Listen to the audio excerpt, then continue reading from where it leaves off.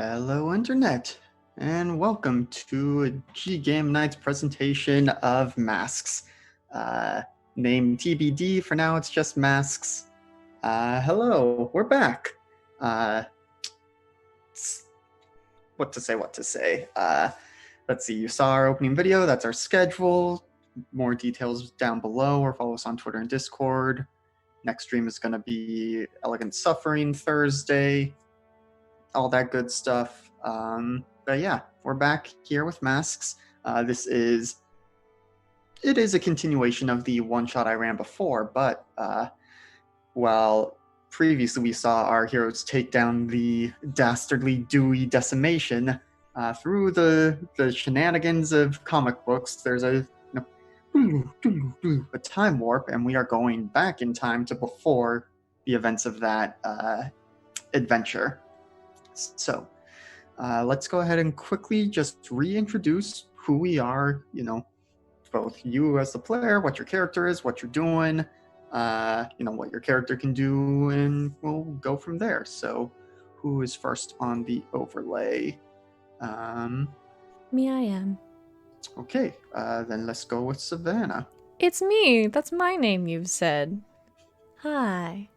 I'm Savannah, or Savvy, or at Savvy Seaworth on the Twitters. Today, I will be playing Mai Morrison, aka Etheria, who is the beacon. Are we saying what our powers are? Yeah, because, in the one shot, they had extra powers to kind of level them up a few times. We are going back to base level characters. So what does the beacon get to do at the start? The beacon. Well, I have my drives, which I've always had, which I did change for this one, and they're my favorite part of the character, so I'll just say what they are. My drives currently are to drive a fantastical vehicle, stop a fight with calm words, punch someone you probably shouldn't, and kiss someone dangerous. Those are not my superpowers, those are just things I want to do. My powers are camouflage and stealth, and phasing. She can phase through things. And yeah, that's pretty much it. All right. Sounds very cool. That brings us to Hector and Sean. Hi, I'm Sean the Kraken King on Twitter, everywhere else. I am playing or reprising Hector for today. Hector is the legacy, and his whole thing is that his daddy and his daddy's daddy and his daddy's daddy's daddy was a superhero, and now he is too. Big ol' strong boy. His powers I wrote them down somewhere. Here they are. Mythic might, legendary speed, and godlike beauty is what he is rolling with now. Before he had armor and weapons, and now he doesn't. It's time travel. Did I hit everything there? Yeah, I think so. All right, cool. Yeah, or I guess if we also wanted to, going back to Savvy, any moves you want to share what you got, or just wait to see if they come up? Yeah, I mean, his whole thing is getting punched and then punching people. He's got a move that lets him take punches better, and a move that lets him punch people and not kill them. And yeah, that's his whole thing. Not killing people's a pretty important part of being a superhero. Yeah. Yeah, I only have 2 moves, so I can share them. Because they both have great names. One of them's called Straight Up Creepin', which is for scoping places out, because she's sneaky. The other is called Suck It Demission, which is for standing strong while dramatically under fire. So they're two polar opposites, but they're both really fun. Those are much better than the names of my moves. I like Straight Up Creepin'. There's a period between every word. Yeah, and no G. Nope, creepin' apostrophe. We took the G and put it on the front of our name. That's It's where so the second G in Ggameknights comes from. Yep.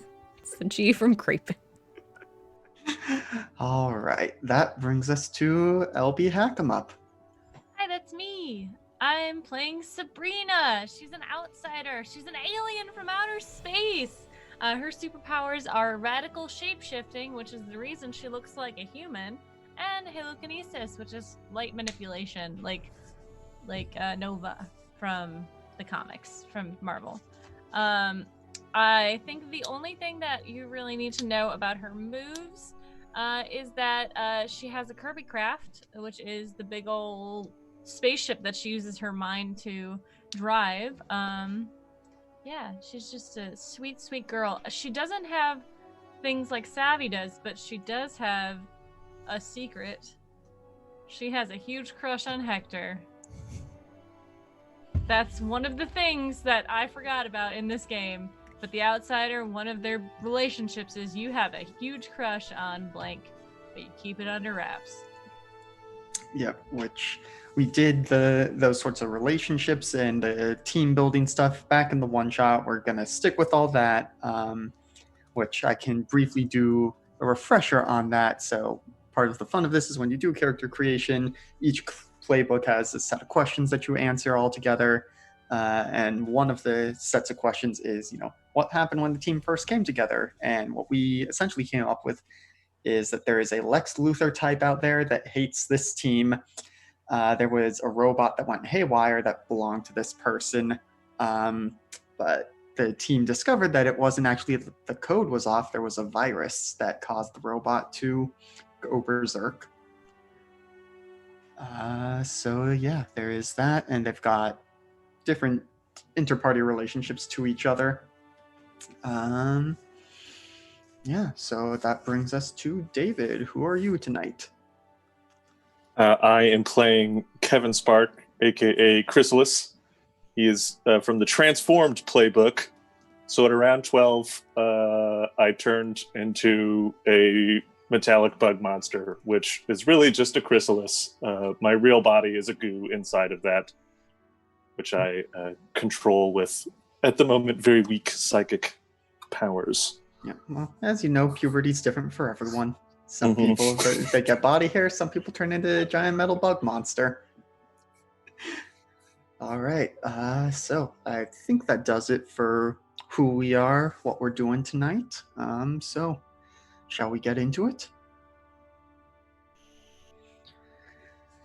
It is a crisp October morning in Port Arbor, and our hero's high school, Port Central, is abuzz with excitement. Today, there will be a special assembly with one of the paladins. They'll be talking about how civilians should act in the event of a supervillain attack, when to call the paladins versus when to call one of the non-powered services, how to potentially join the squires, etc., etc. There will also be a Q&A at the end of the assembly.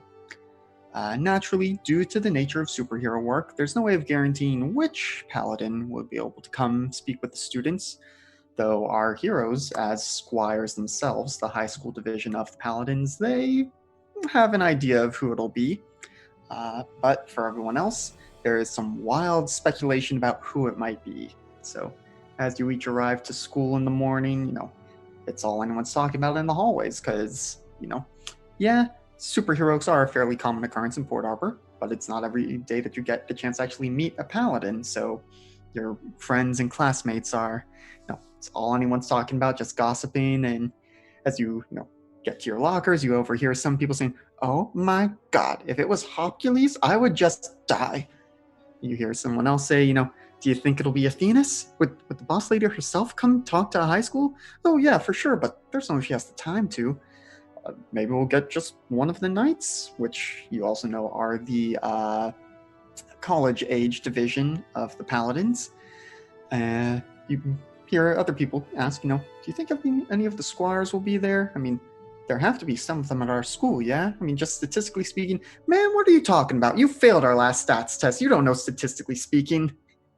But as you all enter into your classes, or approach your lockers for the day, are you engaging in the gossip as well? Are you fueling rumors? Because, like I said, you have an idea of who it could be, but you're obviously not allowed to let them know that you know, because your identity as squires is a secret.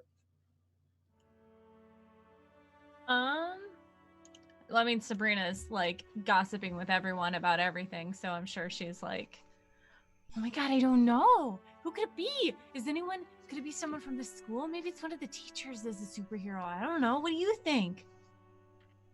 I mean, are any of the teachers cool enough to secretly be superheroes? Well, that's what makes it a secret. We don't know. You're right. What if one of their superpowers is to be just super boring so that we don't think they're a superhero? Oh my gosh. What if they're like a super shapeshifter and like it could be one of the kids?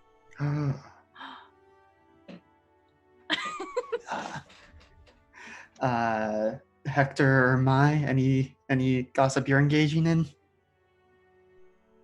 No. Well, Mai's probably with Subrina. Because that's her best friend. So, no, she's probably just standing there listening. And sort of like listening as other people go by. To see what she can pick up. Hector's just, what? There's an assembly today? My word, I had no idea. Very subtle. He's so bad at this.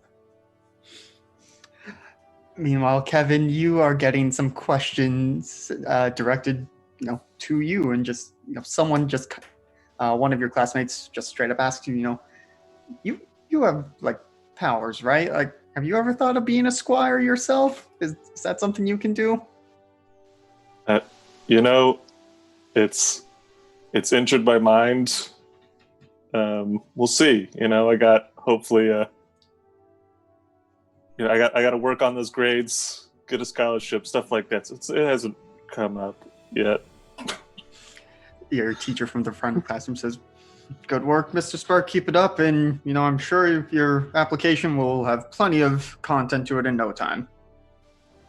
Mm-hmm. Nerd. Just my 9-foot form hunched in the back of the class, desperately trying not to get looked at by everybody. Yeah.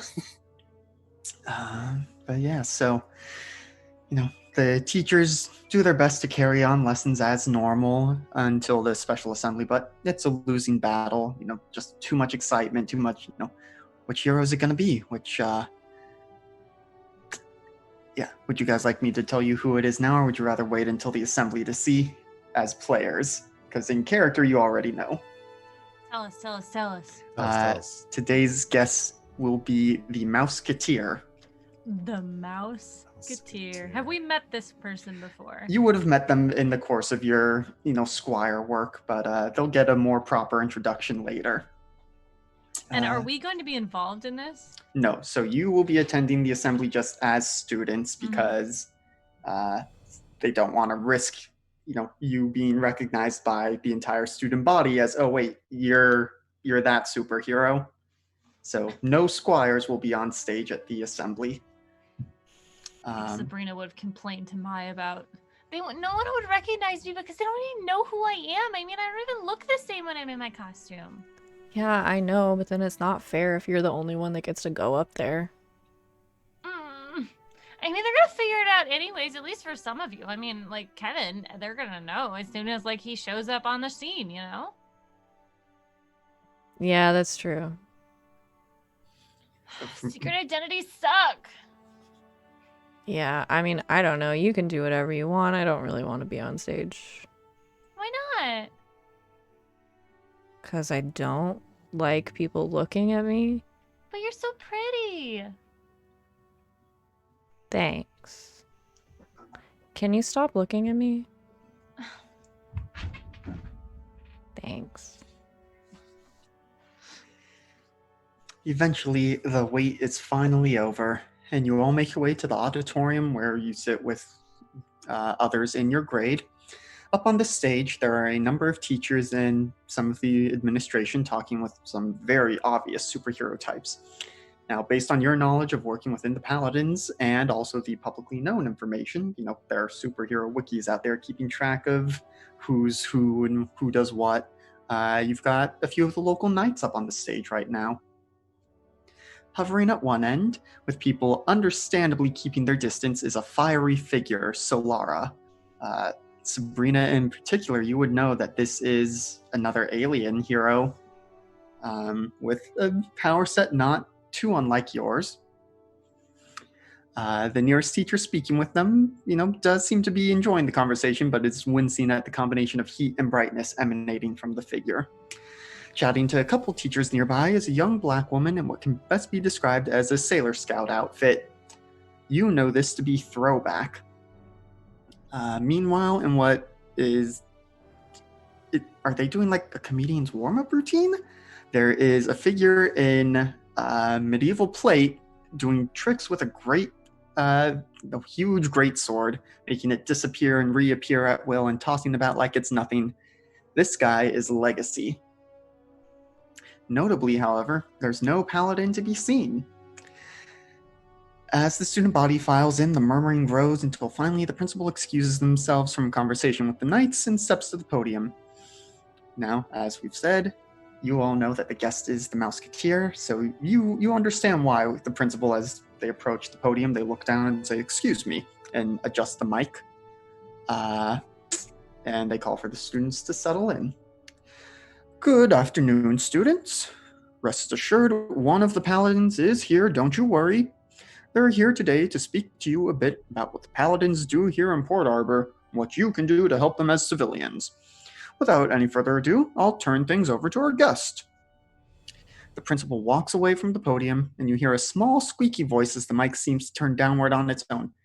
"Thank you for the intro, and hello, students. Some of you might have seats to see me. But give me just a moment, and you'll be able to see me much better."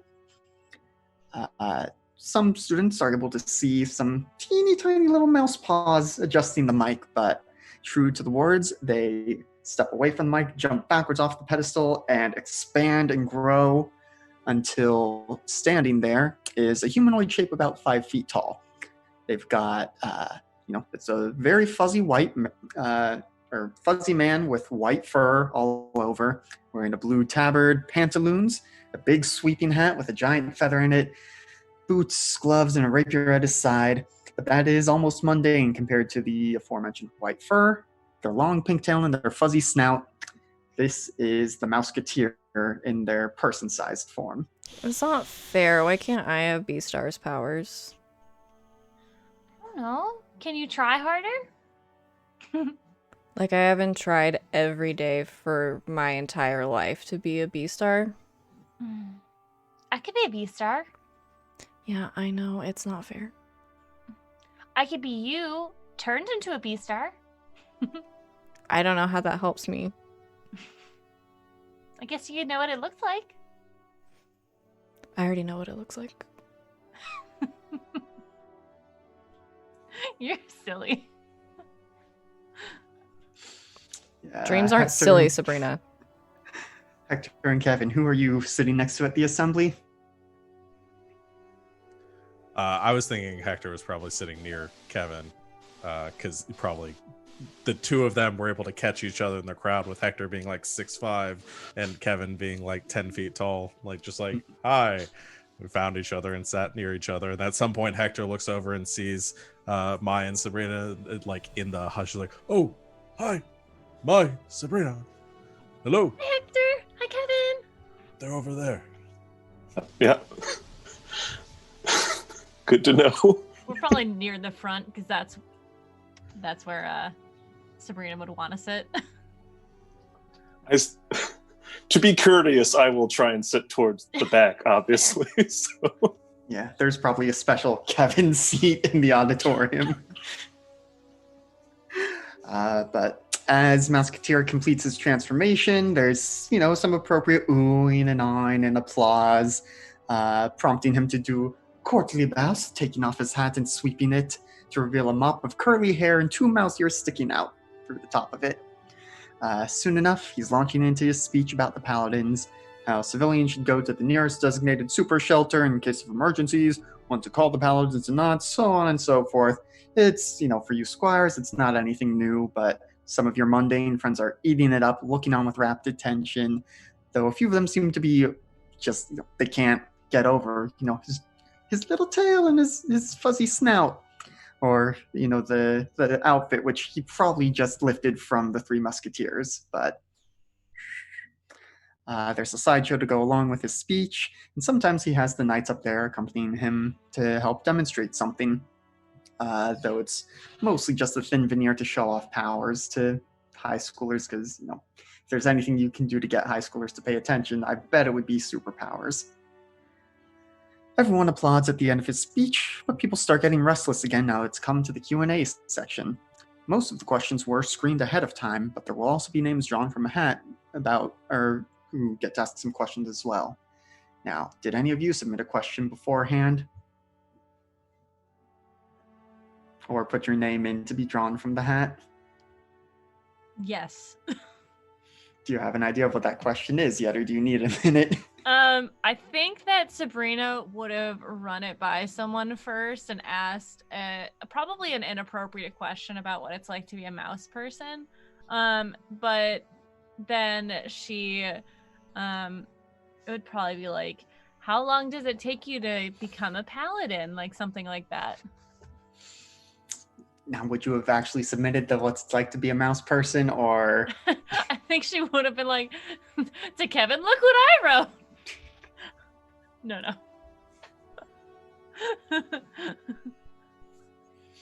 He might not want to talk about that. Maybe don't in front of an entire auditorium. Is it inappropriate? Yes. Okay. And then she would have submitted the other one. But so your question of how long to become a paladin gets selected, and at some point the teacher brings a microphone over to you so that you can ask it in front of everyone. Okay, Subrina gets really excited. Yeah. And just says it. Excellent question, mademoiselle. As I have somewhat talked about, there are those who join up at your age in the Squires.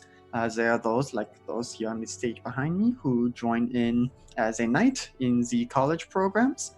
And there are those who, for whatever reason, do not start their journey until adulthood. And if they prove to be in control enough of their powers, then they are able to join the paladins.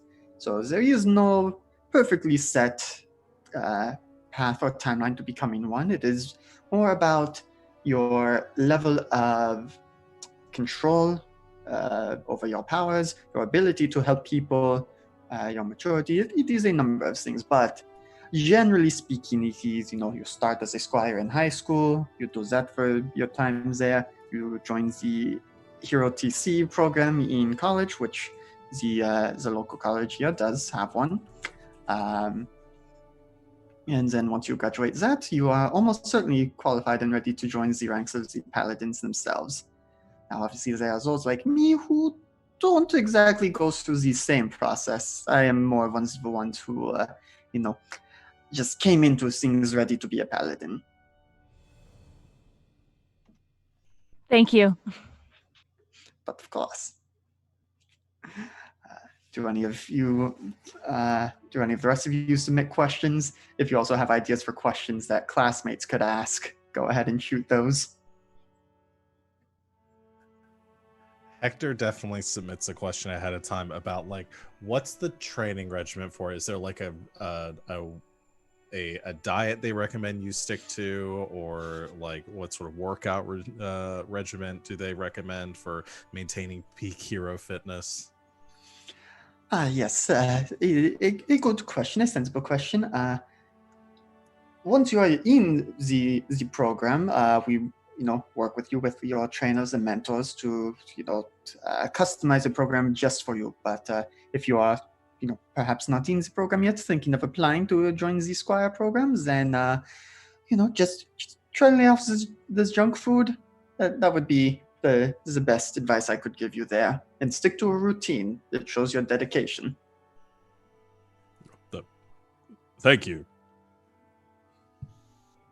Mai doesn't submit an actual question, but she puts the same question in 20 times under different names, and it's just, do you have a girlfriend? Because she thinks it's funny. Yeah, I think the teacher who's been running the mics around says, all right, well, I'm sorry about this, Monsieur Musketeer, but we've got this question a whole bunch. Do you have a girlfriend? And, the audience starts giggling and laughing at that a bit, and says, Well, perhaps not. A gentleman does not kiss and tell. Boo. Some kid, because I want to know this in the crowd, definitely asked, were you a mouse who got powers or a human that got powers that made them look like a mouse? Are you a mouse with human powers or a human with mouse powers? Human with mouse powers. Perfect. Yeah. So that question does get asked, and there's kind of a somewhat of a hush into the crowd. People whispering like, "Are they allowed to ask that? Can he answer?" It's like, this is generally known information. It is no big secret, but yes, I was formerly a mouse that was going to be used in lab experiments, and one such experiment led to this. He just really nicely told him to Google it.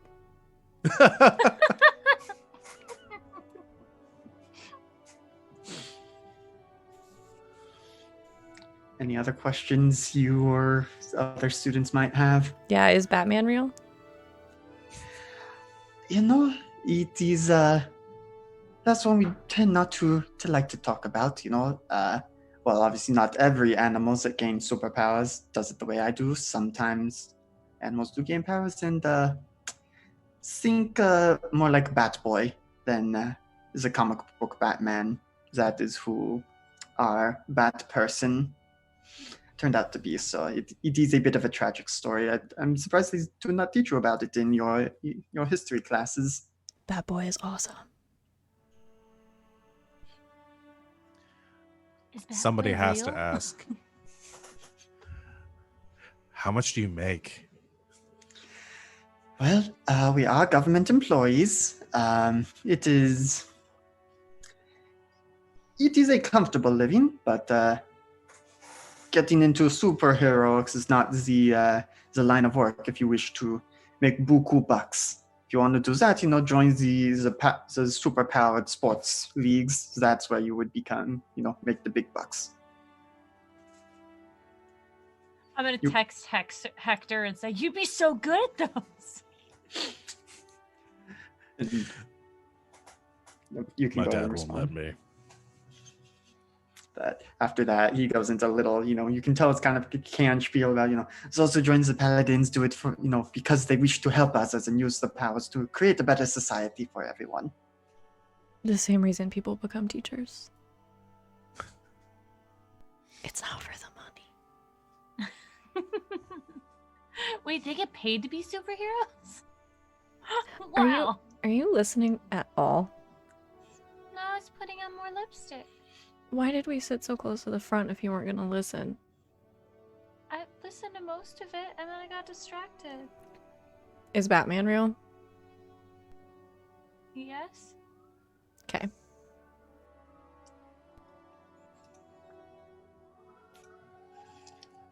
Any other questions you guys have, or? So Can't think of any more shitty high schooler questions. Yep. As things begin to wind down, Mouseketeer says there's time for one last question, and this one is a name drawn from the hat, so it's not a pre-screened question. When the student gets the mic, you can tell they look a little nervous, and they end up blurting out their question before they can talk themselves out of it, and then just say, "Are you and Ratscallion brothers?" And there's kind of a bigger hush over the crowd than when it was, were you a mouse before? And the teacher takes the mic away and kind of gives them a stern look, but you can tell Mouseketeer grimaces for the briefest of moments before putting a smile back on and reassuring the crowd, it's all right. I'm well aware of the rumors, and particularly as he and I have the same powers, and we somewhat addressed this with an earlier question, but for simplicity, yes, you could say that we are brothers, but it is more that we were both originally lab animals, and we were both transformed in the same experiment. Now, while I sought to use my new abilities to help people, he was rather more, shall we say, disillusioned by humanity, and thus Port Arbor found itself a new supervillain. But never fear, for the Paladins are here. And the heroes step forward, they bow, everyone applauds. It's very cheesy, but everyone eats it up. soon enough, you are all excused to lunch, and it's a special lunch period because special assembly, so you all can have lunch together freely instead of having your different lunch periods like normal. Excuse me, who sits with who? Do you all four end up sitting together? Do you sit back with some of your other classmates? I think Subrina wants to sit wherever. I don't know if Kevin wants to sit with Subrina, but Subrina wants to sit with Kevin. So no matter where he is, she sits with him. And then I don't know if Maya follows or what, but Yeah, probably. Yeah, I just sit off in some corner somewhere, just some corner table, again, just trying to kind of blend in with the wall kind of thing. Kevin, Sabrina wants to sit with you, so we're sitting with you. Also, hi. Oh, hi. Yeah, that's fine. Hector's probably already sitting with Kevin because they're best friends. Aw. Hi, Hector. Hi, Hector. Hello. Hello. Oh, you're still doing the shouting thing today. He always I'm- shouts. It's just his What do you mean voice. shouting thing? You just have a very authoritative voice. Don't worry about it, Hector. Sorry. I'll talk quieter. Is this better? Yep. Yep, that's great. Good. I mean, good. That was super fun.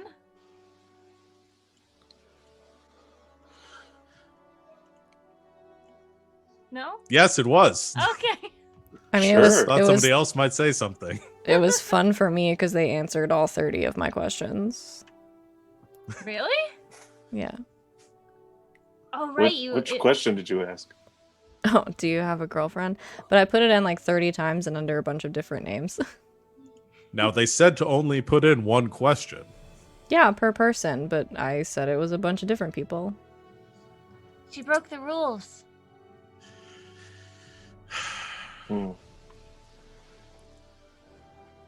Yeah, that I don't know what I expected, It was funny.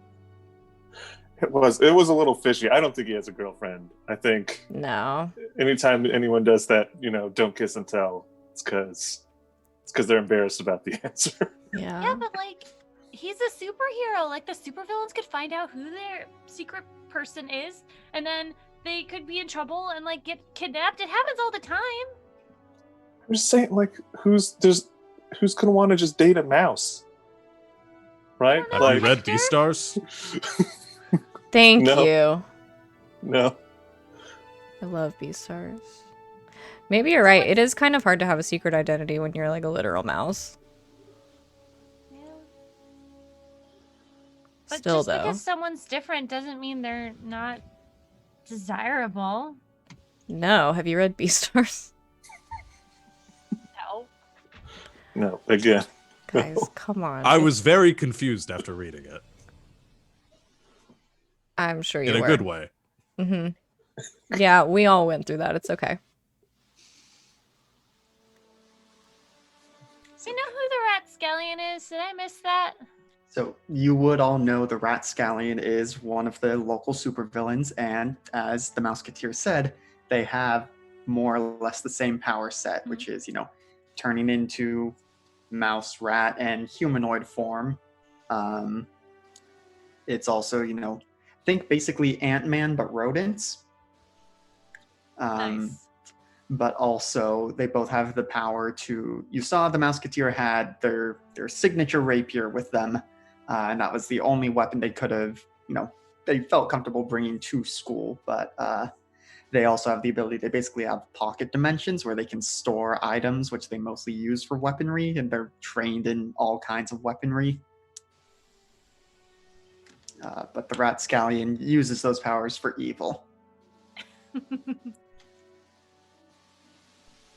Right. I forgot that. Sorry. It's a cool name, though. It's kind of confusing. The Ratscallion. How is that confusing? Because it's two words mashed together. The English language is already difficult enough. It's called a portmanteau. What? So, does he have some kind of onion powers? No, he's a rat.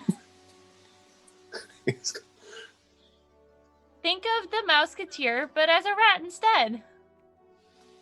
Right. So wait, the Mouseketeer controls mice, and Ratscallion controls rats. Gross.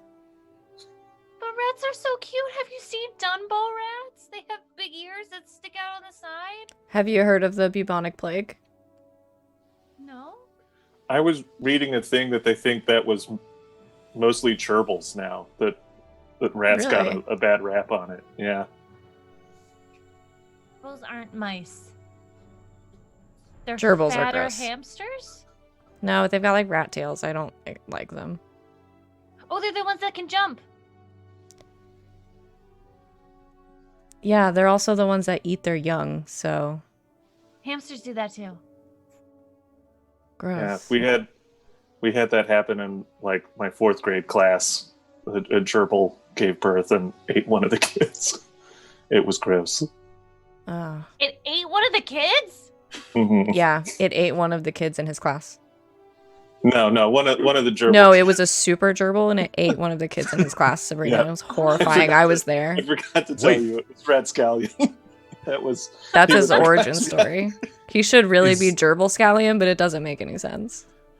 But wait, Miss Peters said that the kids just went off to college. They got eaten?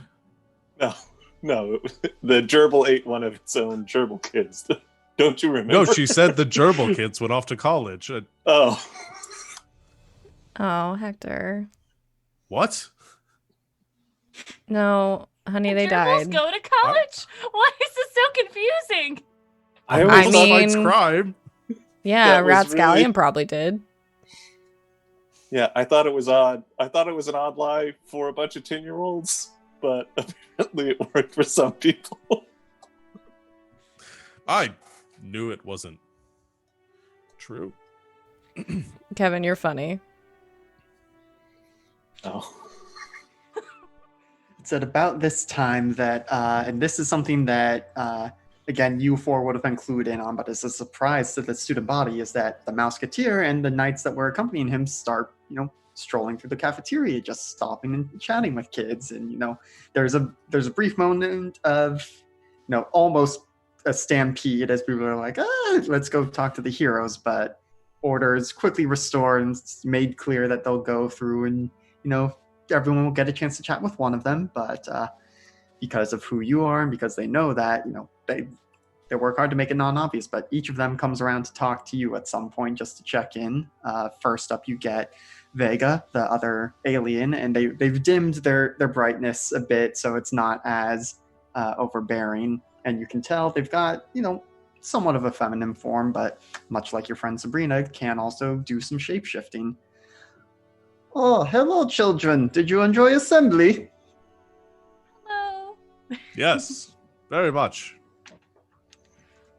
It was super entertaining, and I learned a lot that I didn't already know. It is all right. I know who you are. Right. Yeah, it was fine. Yeah, no, it was really good. That is good. I hope the rest of these students enjoyed it, but just reminding you all, no patrol duty tonight. You're just students tonight, so focus on your homework, so you can go to college and become a knight. But I could just be an adult now. Yes, well, I tried that route. It did not work out so well. Did not know enough about human society. Yeah, I guess. I just found out that gerbils eat their own babies. They what? I eat a lot of garbage, but I would not eat a baby. No. Although they would be high in... No, I'm kidding. I can't even fake that. You eat garbage? Oh, yes, I am. And again, this is something you would kind of know, being in the know, is that Solara is essentially like a walking star. So they're almost a fusion reactor on the inside. So they just eat whatever just to fuel it up. Have you tried kale? Yes, it was far less tasty than paper clips. Wow, I think you're really not doing kale right.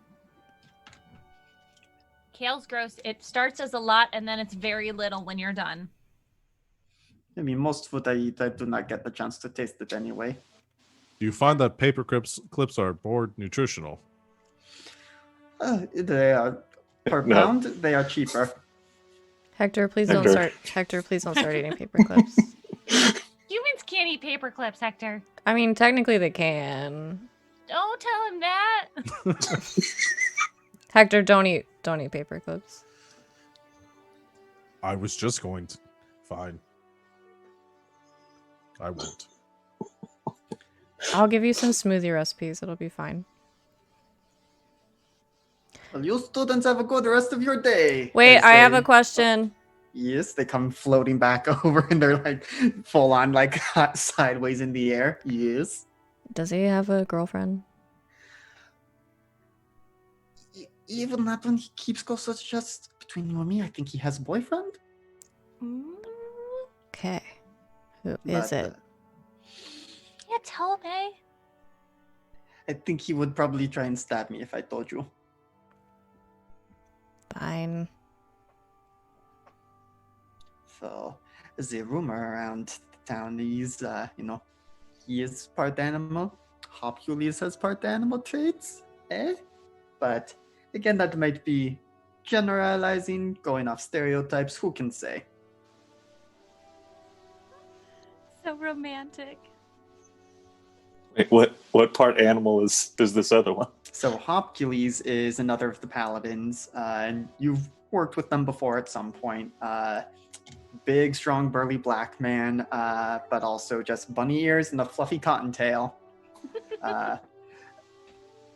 Essentially Morocco from My Hero Academia, for those of you who understand that reference, but very strong, very buff, very pretty, mad hops. He's so handsome. That makes a lot of sense. Yes, but neither of them I've lost the accent. Neither of them have confirmed it, and there is still that level of separation between knights and paladins, and we try not to cross it too much. Don't want to get too nosy. Yeah. Yes. Especially again, that whole not understanding human society and conventions thing. It doesn't make any sense. It's okay. Yes, thank you. My team is great. They try and teach me, but at the same time, it's like, oh, you mean I'm not supposed to just, oh, okay. Lots of things where it's like, I learned don't go into the bathroom when your roommate is showering. Don't do that. I mean, Yeah. that depends on the roommate. You're not supposed to talk about, like, personal things either. That depends on the roommate. Anyway, you kids have a good day. And they go Bye. zooming off to another table.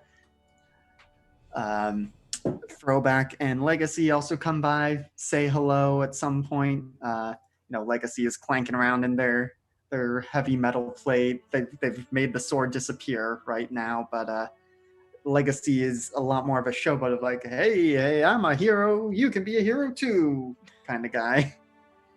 Much more upbeat. Throwback comes around. The anime club in particular loses their minds over her and her Sailor Scout outfit. But eventually, the Musketeer himself makes his way over to your table. Well, hello there. Hope you enjoyed the assembly. It was not too boring for you, I hope. Hi. No, it was super good. You did a really good job.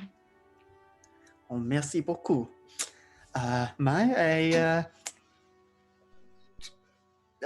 understand Solara came around and already talked to you about your question.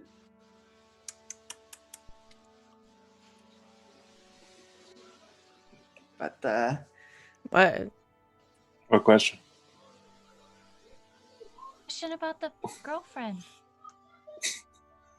we just do the, But, I I don't think any of those had any of our names on them, so... They give you a wink and just move on with the conversation. So, Uh, how have you all been doing in your studies and patrols? Any concerns you wish to bring up at the moment? I have one. How long am I expected to maintain that I am not Squire? That is unfortunate that you do need to do it for quite a while, but I mean your hero form looks different enough, and paladins take it very seriously if someone tries to figure out who you really are.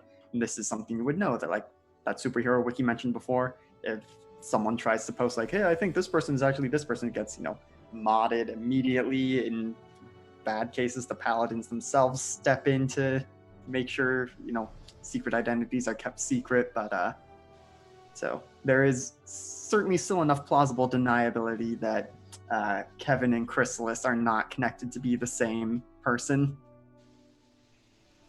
Okay. Yes, I mean, the worst case, the cover story we often suggest is just say, oh, you applied, and either it's still waiting to hear back, or it was rejected. They said try again. But it is a rather unfortunate part of our sort of circumstance, being unable to hide our powers. Yes, Subrina? When can I drive the curvy craft during the day? I mean, when it is your time to patrol during the day, but we try not to let the squires patrol during the school day. You have to be here and learning. That is a very important part of squiredom. I know, but I learn when I go home too. I understand, but sometimes you patrol on the weekends, but for the most part you have the evening patrols. Yeah. A question about that.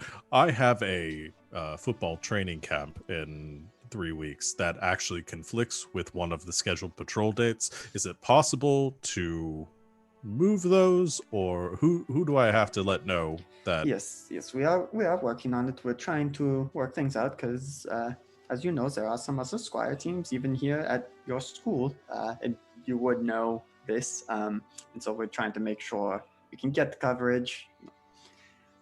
Do not worry about it. You will be able to go to your football camp. Okay, great. Just needed to let Coach know. What if I have a band practice? Same sort of thing, we want you to still be able to live your civilian lives as much as you can. What if it's not like the school band, though? What if it's a different band? I'm starting a ska band.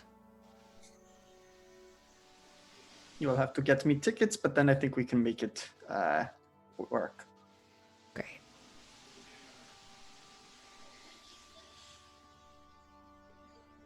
Yeah, so how do you do secret identity stuff? Oh, well, for me, there isn't really a civilian identity. I'm just kind of always on as the Mouseketeer.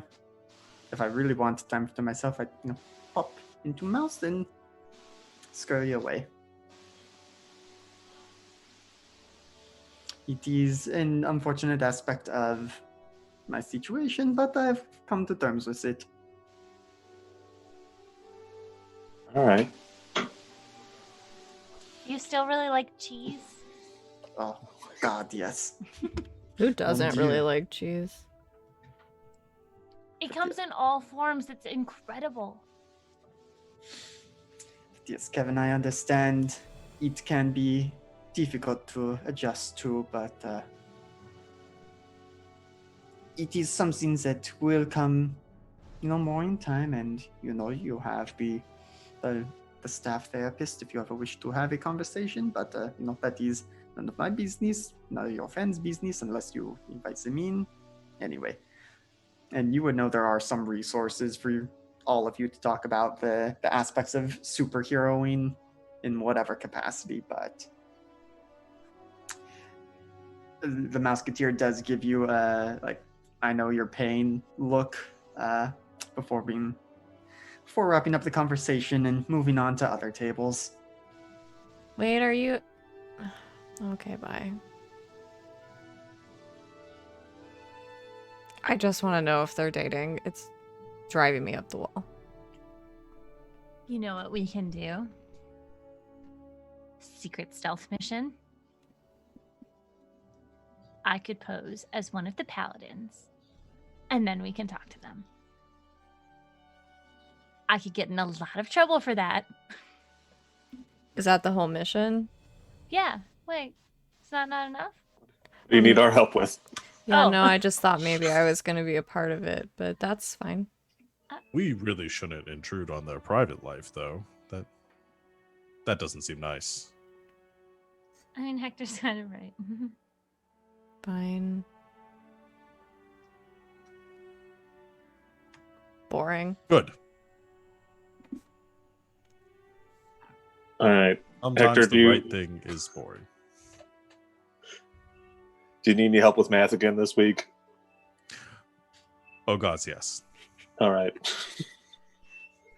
As lunch wraps up, it's soon enough back to classes, and people are a little more subdued now that the assembly's over. You know, you all know based on their schedule that the Musketeer and the Knights have left the building. They have to go back to patrolling, doing hero work. The Knights probably have to get back to college.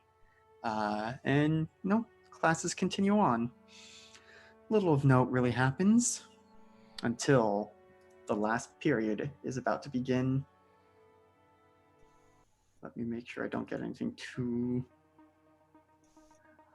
suspenseful here. As everyone begins transitioning to their last class of the day, you know, stopping at lockers, you know, some people with their free period are getting ready to leave. There's a rumbling that starts shaking the building. And it's not like an earthquake or, you know, a giant robot stomping through the city. Those are shakings you're all too familiar with. No. This seems more like it's a lot of little things. Now, you with your Squire training, you sense that, you know, this isn't normal. You're maybe a bit more keyed into this than the other students are, but the other students are starting to notice something's happening. What do you all do? Oh my god, please don't be mice. Why would it be mice? I don't know, it's just been a big mouse theme today. Okay, so we need to, step 1, evacuate the area. We can't evacuate till we know where it's coming from. Right. Step 1, find out where it's coming from. I'll be back.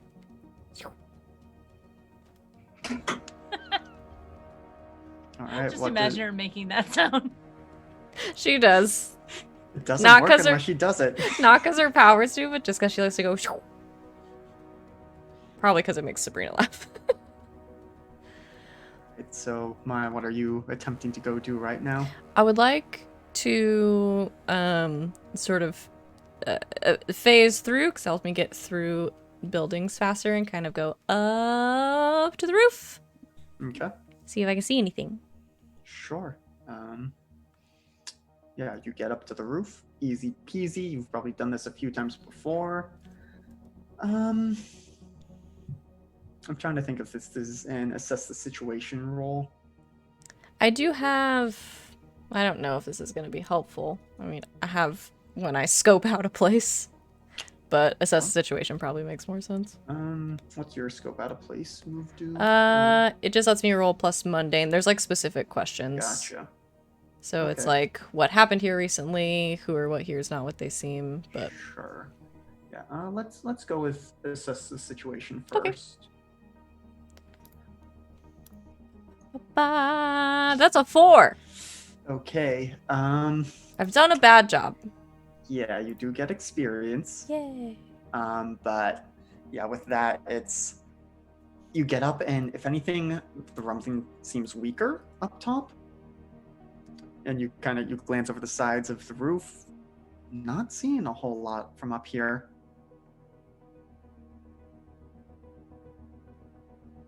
Okay, just gonna phase back down. And Up as you underneath get- my desk. As you get lower, the rumbling does get stronger the closer to the ground you get.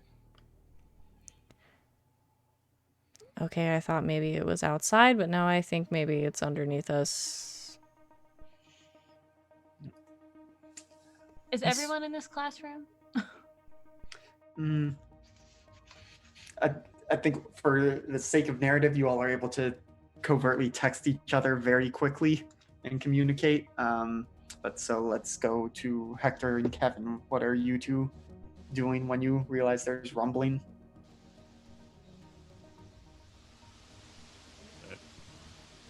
Do you feel that?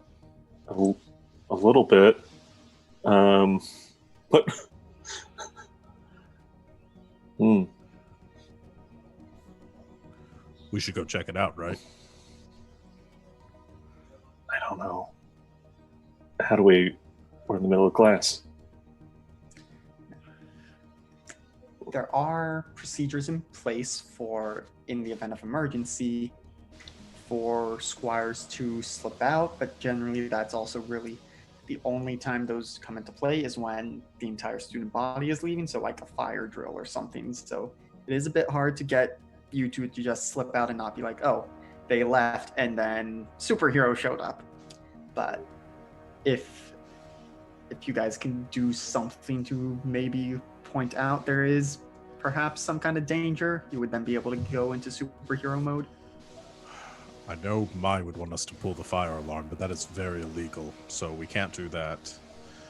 Maybe we should just mention the rumbling to the teacher. Yeah, I mean, I'll mention the rumbling. If nothing happens, you ask to go to the bathroom and pull the fire alarm, because since I don't use the bathroom, I can't leave. They will. I can't pull the fire alarm, but I can ask to use the bathroom. And go investigate. That's very illegal. You can't just do that. I'm giving them 2 more minutes, and then I'm asking to use the bathroom, and I'm gonna go pull the fire alarm. Okay. I should I'll go stay protect the here. fire alarm, though, to make sure Mai doesn't pull it. Hector, Kevin, is there something you would like to share with the class back there? Yeah, there's some kind of rumbling or something going on. Do you not feel that?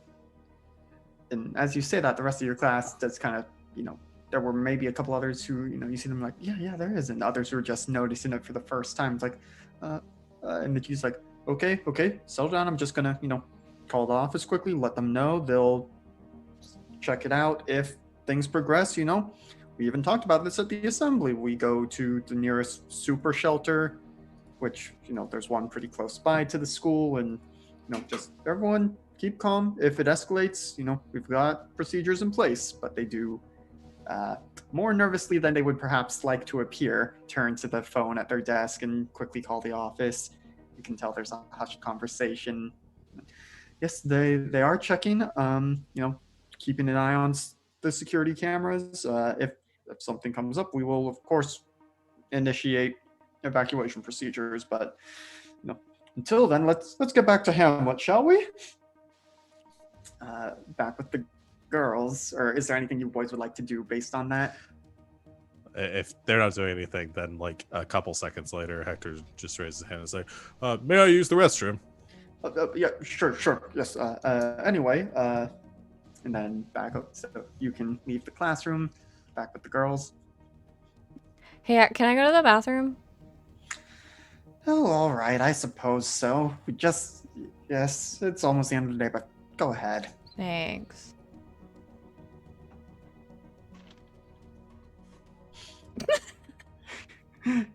So I guess we say you two are able to meet each other in the hallway. Now there is a fire alarm. Is there some kind of like super emergency alarm? That seems dangerous. It all kind of functions as the same thing, really. But It's just the alarm. Just alarm. What do we lock eyes from opposite ends of the hallway? I don't do it. Take off running. Okay, Hector, He's what gonna do try you to do? stop her I from think you pulling can- the fire alarm. I think you It's can beat very me there. illegal. He does have So super I speed. think, I don't. yeah. So yeah, I think with his super speed, he's able to get there and body block you, but you do have phasing. Oh so no, can't get me if I'm inside the fire alarm. I think we kind of need to do a roll here against each other. I'm just trying to think what role would be best. Hector.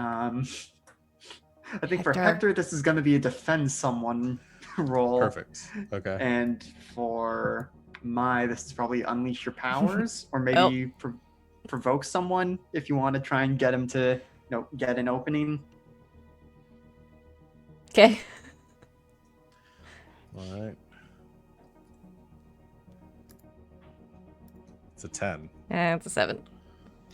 Okay, so I think, I think Hector's able to play good D. You know, all his football training's coming into play here, and you're a bit hesitant to phase directly through him because you know it's not a pleasant sensation for people. Yeah, to that phase seems through. personal. Can I do something really stupid with my 10? That Sure. may end up not being a full success, but Hector sees her going for it, then reaches over and just like rips the fire alarm off the wall to try to hold it above her head without even really thinking about it. He's just like, no. And I think it's working for a bit until at one point she tries to jump and get it, and you lift it up higher, and at that point it just yanks it clean from the wall, and the separation of the wires breaks the circuit, and the alarm starts going off. Great. Thanks. Damn it! Just shoves it back into the wall. Oh, can you even say words like that? Darn it. I'm gonna tell your dad. Please don't. We should get out of here. Should go. So as you start making your way back to join your classes are starting to file out. You know, people are excited. It's, never obviously been in an actual fire, but it's like a fire drill if there was simultaneously more seriousness and more panic to it. People being like, oh wait, is this real? Is this real? Is this a thing? But also, teachers are trying to keep order. So everyone's starting to make their way out of the building. But also at the same time as the alarm started blaring, the rumbling got more intense. And as you all make your way to the ground floor, it's, it almost feels like the building itself is starting to shake. The ground is vibrating. And then bursting out of air ducts, coming up through, floor drains, every spot that they can, just rats everywhere.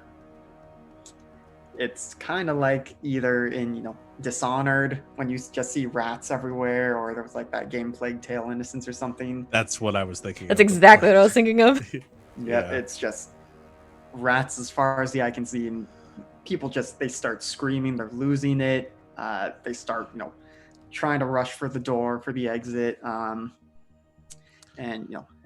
at least at first it seems like, the rats aren't actively attacking people per se. They might be swarming people, but it seems more like they're shepherding them. Maybe they're clinging to them, but people aren't, screaming in agony or anything. They're not being bitten or eaten to death by the rats, but it's obviously not a good situation. What do you all do? I just start smashing rats. Just stepping everywhere. Okay. Yeah, I think this would be go ahead and directly engage a threat. We'll see if you're able to help those around you stay safe. All right, this is a danger roll. Yes. Yeah. Summit. Ooh. So that is a 6. And before anyone says, we're not fully engaging a foe, so we're not doing that team move yet. But at the same time, is there, someone could try and spend the team from the pool that you have to turn that into mixed success, or would you rather just take the failure, get the XP, and move things along? I'll just take the failure. It's fine. Yeah. So, you start trying to bat rats away. You're squishing some, but they quickly realize, it's like there's some intelligence directing them. This is a threat, and so they start rat piling you, and you're starting to get weighed down a bit. But it has, at the same time, cleared things up for those students around you. And some of them are screaming in horror. There's now a giant metal bug monster covered in rats, but they also, their path is a little clearer to the exit as you are besieged by the rats. Subrina is going to duck into a classroom and change into her Corvid form very quickly, So there's just like, she goes into a room, there's a green light on the door, and then she comes out and she's floating and she's Corvid. And she's going to, I would like to use my light abilities to draw the danger to me. Okay. That sounds like a defend someone roll. Or a provoke someone roll. Sure. Yep. All right, Lego. That's a 5. No. Okay. Wait, dice. Why? Yeah. So, I think it's It's going great. Yeah. You flash the rats. They don't care. They're rats. They if anything, they shy away from the light. There's a slight increase in the squeaking, and they swarm around you, and that leads them into the path of some of the other students nearby who most of them start screaming. One was like, hey, let's go. Ah! But at the moment, you do not seem to have drawn their attention. If anything, you've scared them away from you. Oops. Hector. I got it. And so Hector, because it's the biggest threat here, like just crowds of people that are trying to get out one exit, or Well, does it seem that is like a question I could answer if you Yeah. assess the situation. I'd like to assess the situation. Good idea. Okay. It's not my best thing, but it's a 7. Okay. So you get to ask one. Yeah. So, what here's the greatest danger? So what here is in the greatest danger? Oh, sorry. Or what here's the biggest threat? I'll say that. So what's the biggest threat is that there are a lot of rats, and it's making it difficult for people to leave the building, and it seems like they're maybe even starting to like barricade the door with just a wall of rats. We're on the first floor though, right? Yeah, you're on the ground floor now. Hector, if there's a classroom or like an office or something that probably doesn't have an exit, something, Hector just goes busting into that and just wants to like bust the wall down in there to create a new exit for more people, to kind of giving more room for people to filter out through. Okay. Yeah, I think as you go in there, so you can do that. I think this is an unleash your powers, and because you are acting on assess the situation, you get to add +1. +1. Okay, cool. Freak with 1. That is a 9. Well, one of us has got to roll good. Yep. So on a hit, you do it. So you can either mark a condition, or I'll tell you how it's unstable or temporary as you reshape your environment. I'll take a condition. Okay, that'll be your choice of condition. I think I'll mark angry. There's rats ruining my school day. All right, so you go in. It's rats. Why did it have to be rats? And you just, do you keep the door open or closed behind you, or? I think he closes it, walks in, busts it down, then walks right out to the door and just say, "There's an exit over here that just opened up." Yeah, and so you're able to get some students, funneled into that room, and so you have created a new exit for people, and they're starting to make use of it, and the rats aren't there yet. So good work. You have opened up another avenue.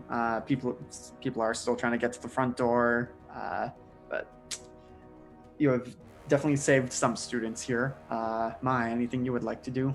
Yeah, well, first I would like to follow Subrina's lead in a costume change. But I can phase through things, so I feel like it's very easy for me to change clothes. So just like step behind a door, is like steps back out like 2 seconds later in costume. And I want to go to where people are still trying to get out the main door, and kind of make a show of like putting myself between them and the rats, and try to create some sort of order in like funneling people out quickly if they're going to go this way. Okay. Do you think you're just using that with your words, or are you using your powers in some way? No, here's the thing. She's not that good at powers. Mm-hmm. So yeah, I think she, once she gets into like that mode, like she is literally just trying to like be, I don't know, like be that support person, directing traffic, trying to get people to go where she tells them to go. Sure.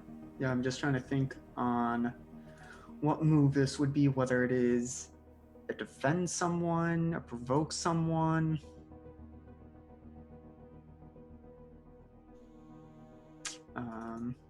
I like to think of it as defense, but Sure. Yeah. Yeah, we can do defend someone here. cool.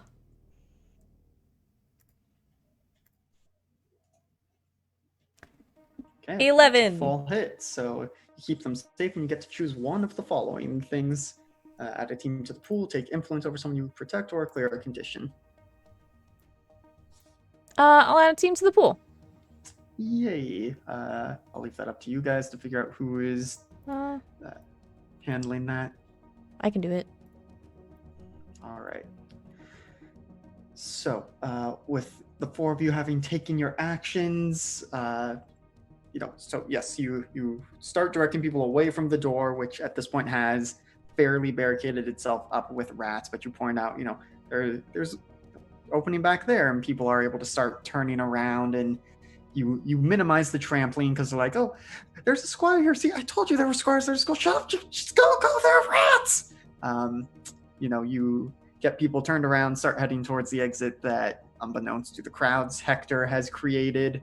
And as people are starting to go, you start hearing this voice that comes. It seems to come from all around, and it takes you a minute to realize it's coming from the rats, that they're all kind of squeaking and making noises together in unison to create this voice. And it just goes, "Where is he? Where is the Mouseketeer?" And I think at that point, let's go ahead and go on a break. Take our break and come back and see what happens with that next. Oh, I should say something, shouldn't I? You don't have to. We'll be back in like 10-ish minutes. Don't go anywhere.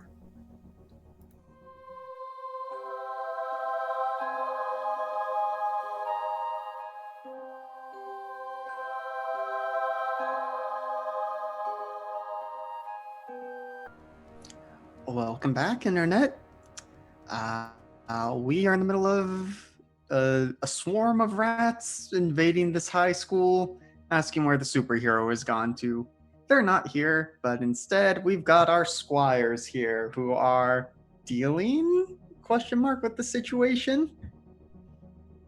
So Helping. let's get back into the Sure. Let's get back to the situation, shall we? So things left off with the rat scallion, or rather the rats saying, where is he? Where is the Mouseketeer? And so you all maybe have a bit of an idea of what's going on at this point. Is there anything you all do in response to that there is now clearly some kind of intelligence driving the swarm of rats?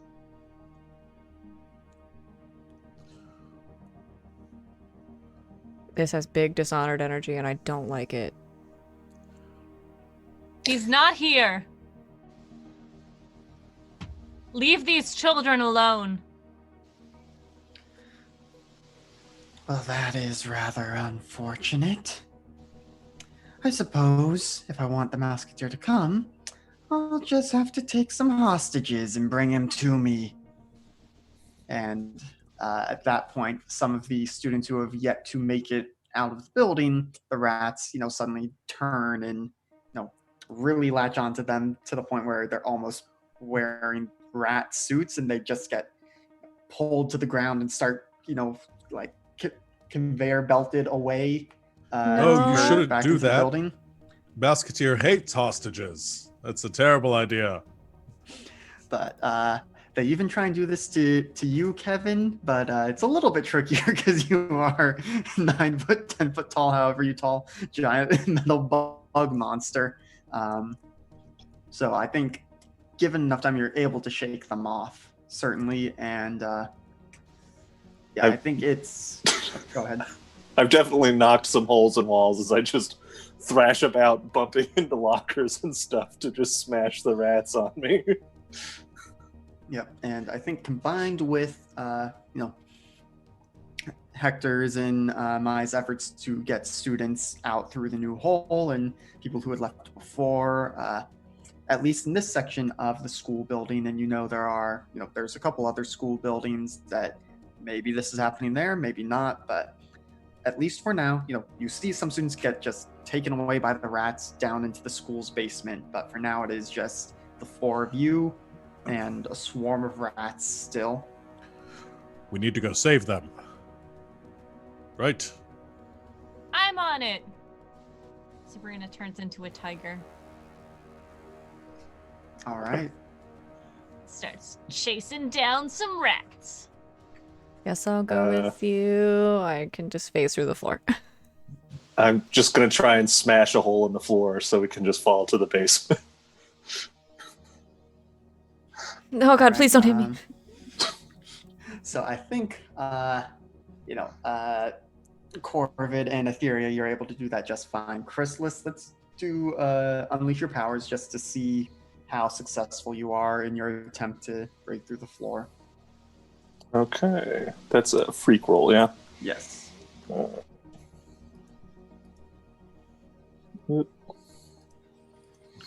Okay.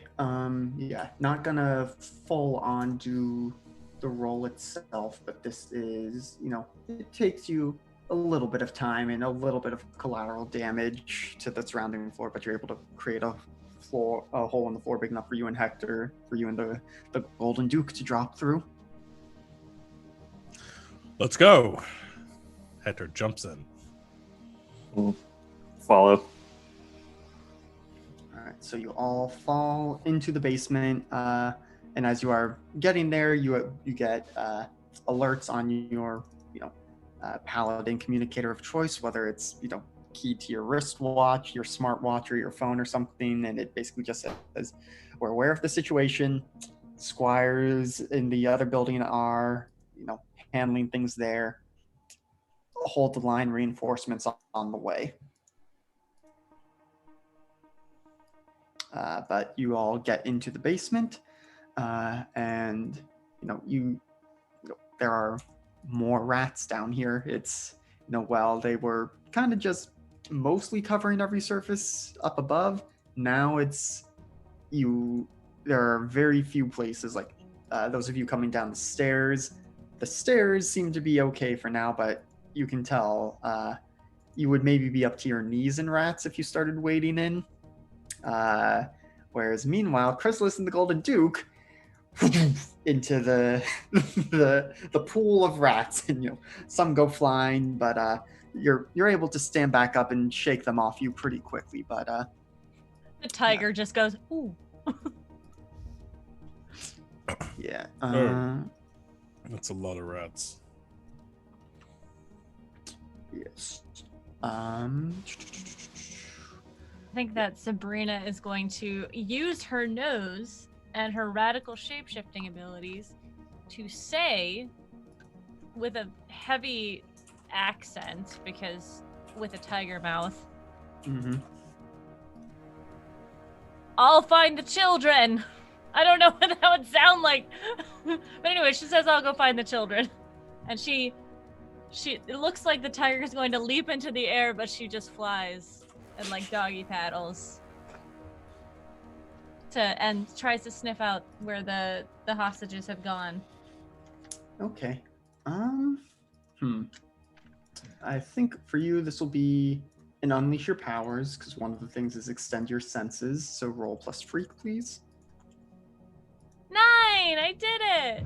Okay, so you can either mark a condition of your choice, or I'll tell you how it's unstable or temporary. Probably afraid.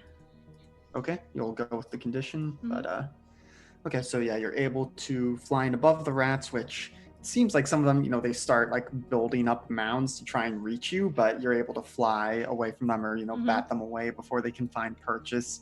And you're navigating the basement, which you all have actually been down here a couple times because they have, secret paladin tunnels for if you need to sneak out in your squire duties down here. But you're still in the public sections of the basement right now. Well, public. Normally, students aren't supposed to be down here anyway. Yeah. But you're moving around. You're sniffing out the students. You can tell they're still nearby. They haven't been, taken to the sewers or anything yet. But still no visual on them. But you can at least tell which doors you would need to head through to start getting to them. This way. So you all see your flying tiger friend pointing the way. What do you do to break through the sea of rats to get to the door she's indicated? I do the only thing that I can do. Just I start punching very fast. All right. Everything can be solved by punching. Yeah. I think this can be. I'm trying to think if this is directly engage a threat or unleash your powers. I think it'll be more unleash your powers. Okay.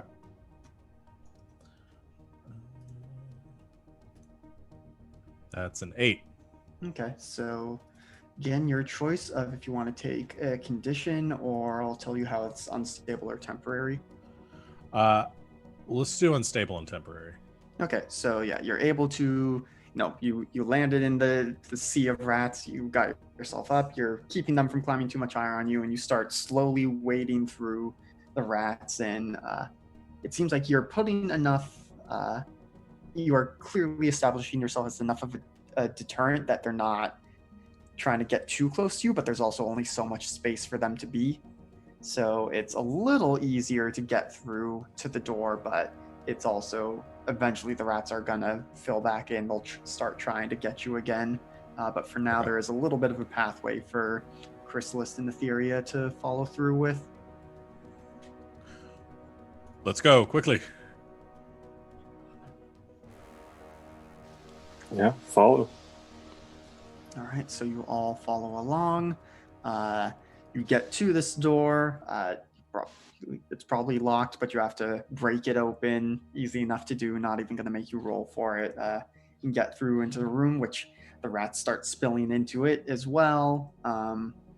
And as you get in there, you see that there are the students that were taken away, and there's maybe half a dozen of them have been strung up. Or no, that sounds worse than it is. They're they've been restrained. They're hanging from pipes in the ceiling, and there are some rats still kind of climbing over them. They're not completely covered, but clearly rats positioned to keep them in line.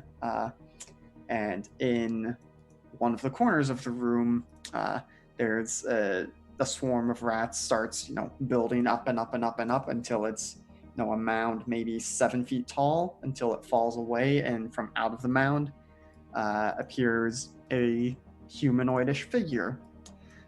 You saw the Mouseketeer earlier today, and where he gave off an air of classiness and heroism. The Rat Scallion is much more obviously villainous. Their fur is not maintained as nicely. They've got some scars running along their snout.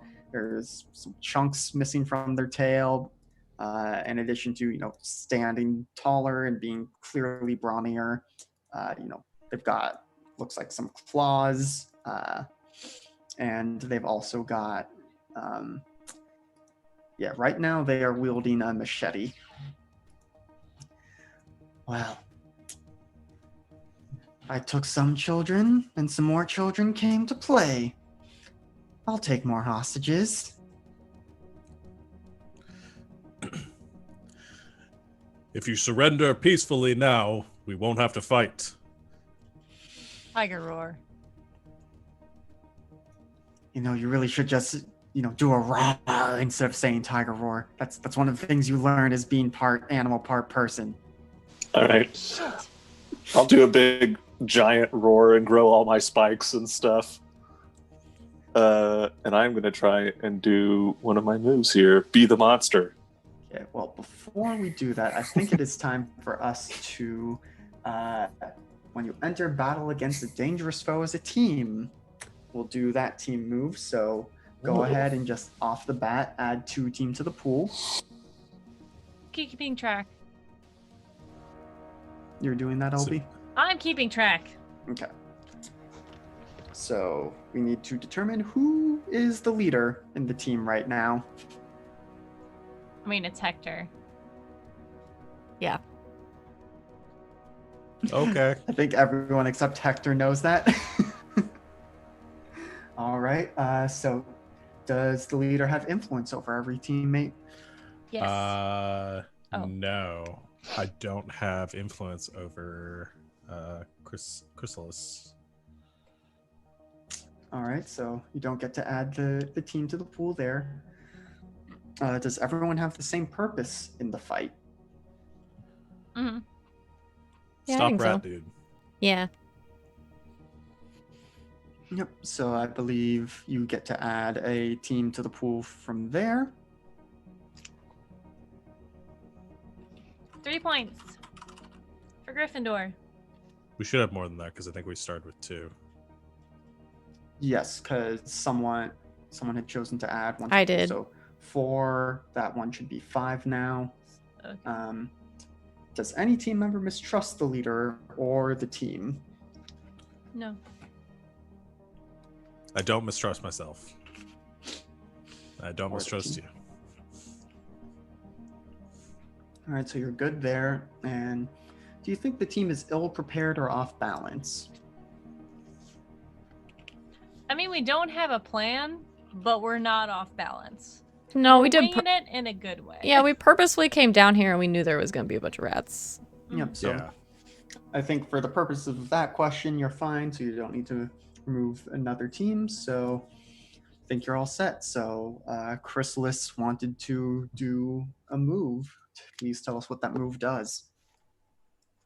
All right. So yeah, it's be the monster. I basically try and intimidate or cow others with my monstrous form. And I roll plus freak. Okay. Well, do on that. a- Let me change up the music.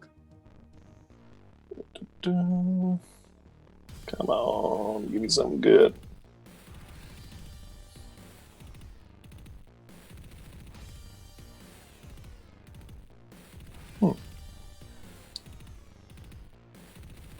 That was earlier.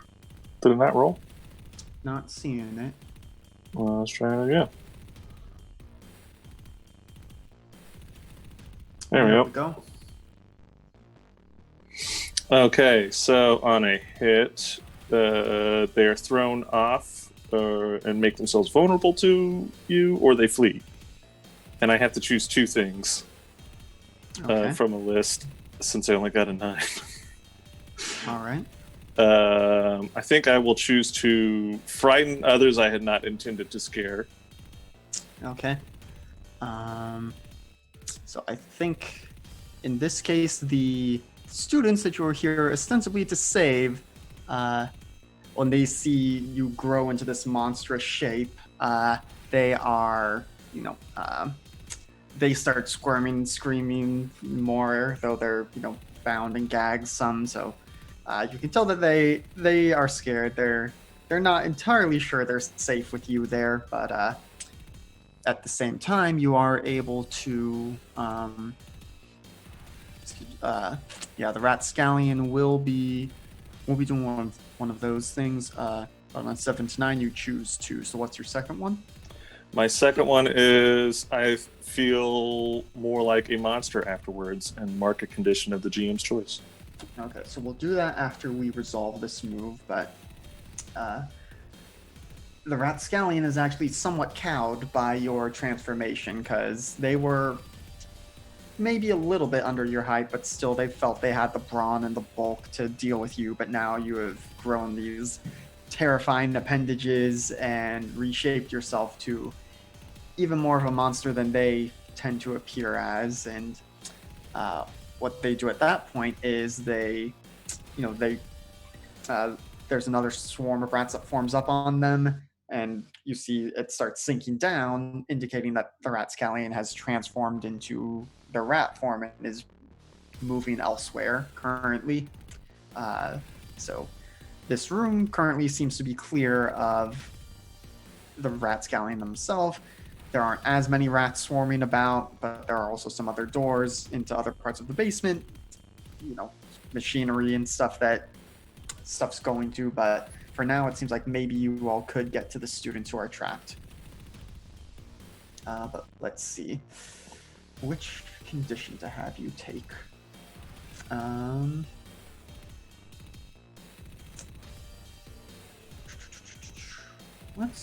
Let's go with insecure.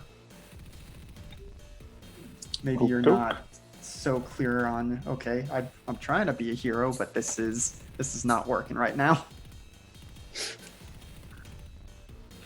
All right, makes sense. All right, who would like to do something next?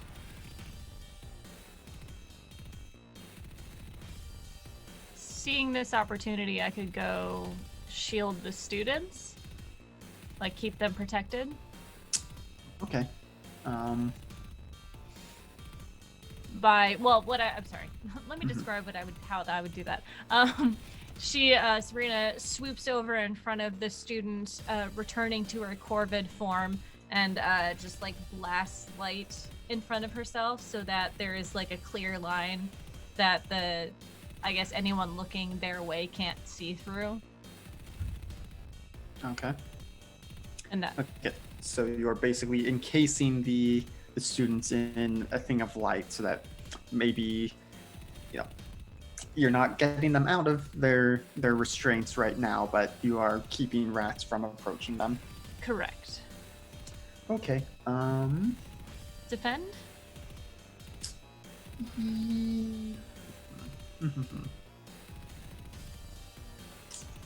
Or unleash my powers. Yeah, I think unleash your powers, because I don't know how much you intend your light powers to be able to stay there, because I would imagine normally they're more a temporary thing, but if you're trying to get them to stay, then yeah, Sure. Unleash your powers.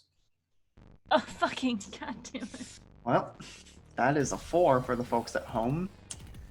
Technically, if each of you used a part of the team, you could bump it up to a 7, but that would be 3 team from the pool. We don't have to do that. I think you're on your own, fam. That's fine. Yeah, so you get to mark experience, but I think as you approach, you're trying to, you're thinking strong light, so that it stays, but what you actually do is you make basically a flashbang for these poor students. And so they are not having a good time, even if they are objectively safer now than they were a moment ago. Do I take a condition from that? No. No, I just okay. Yeah. But you mark experience. Yep. Yeah, you do get your experience. All right, Etheria or Golden Duke, what are you up to in this moment? Oh, well, I'm gonna try to follow up whatever's going on with Subrina, because I'm sneaky and can phase through things, and that's my whole thing. So seeing this going, oh no, I'm gonna try to get around sort of behind where the captured students are, and just, I don't know how long this would take, but just like one by one, I'm just going to try to very quietly just kind of try to get them and just kind of phase them out. Okay. Yeah. I'm gonna anti-kidnap them. Yeah. Okay.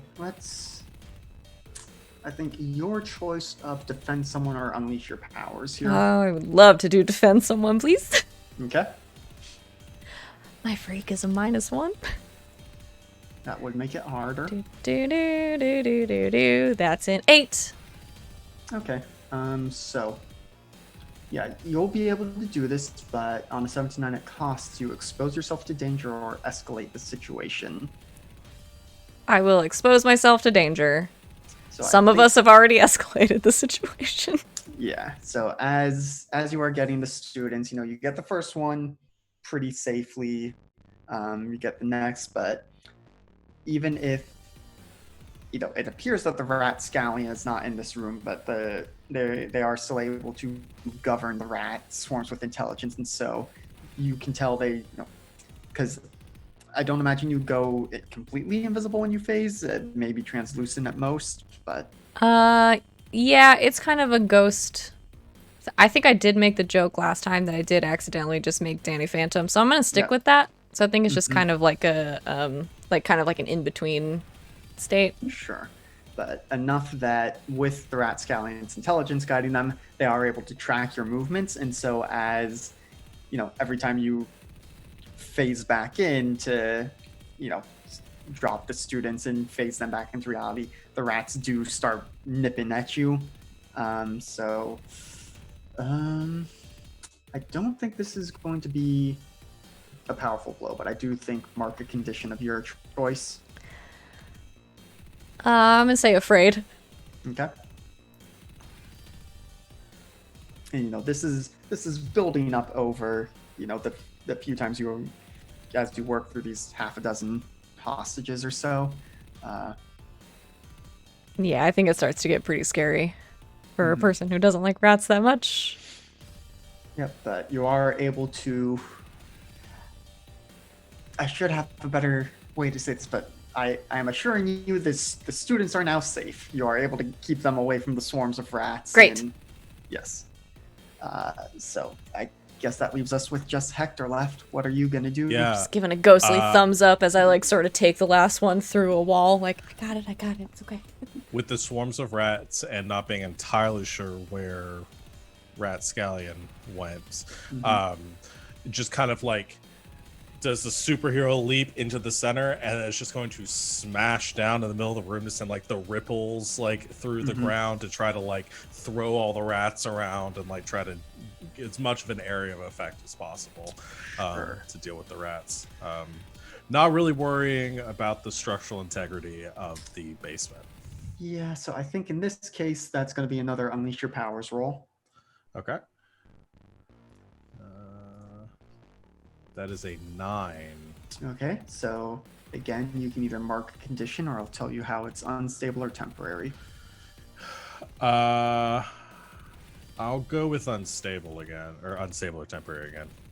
Okay, so much as you more or less just said, you go up, you do your ground pound. It's like the scene in Sky High where he hits the floor and it ripples out, and the rats are more or less cleared out to the sides of the room.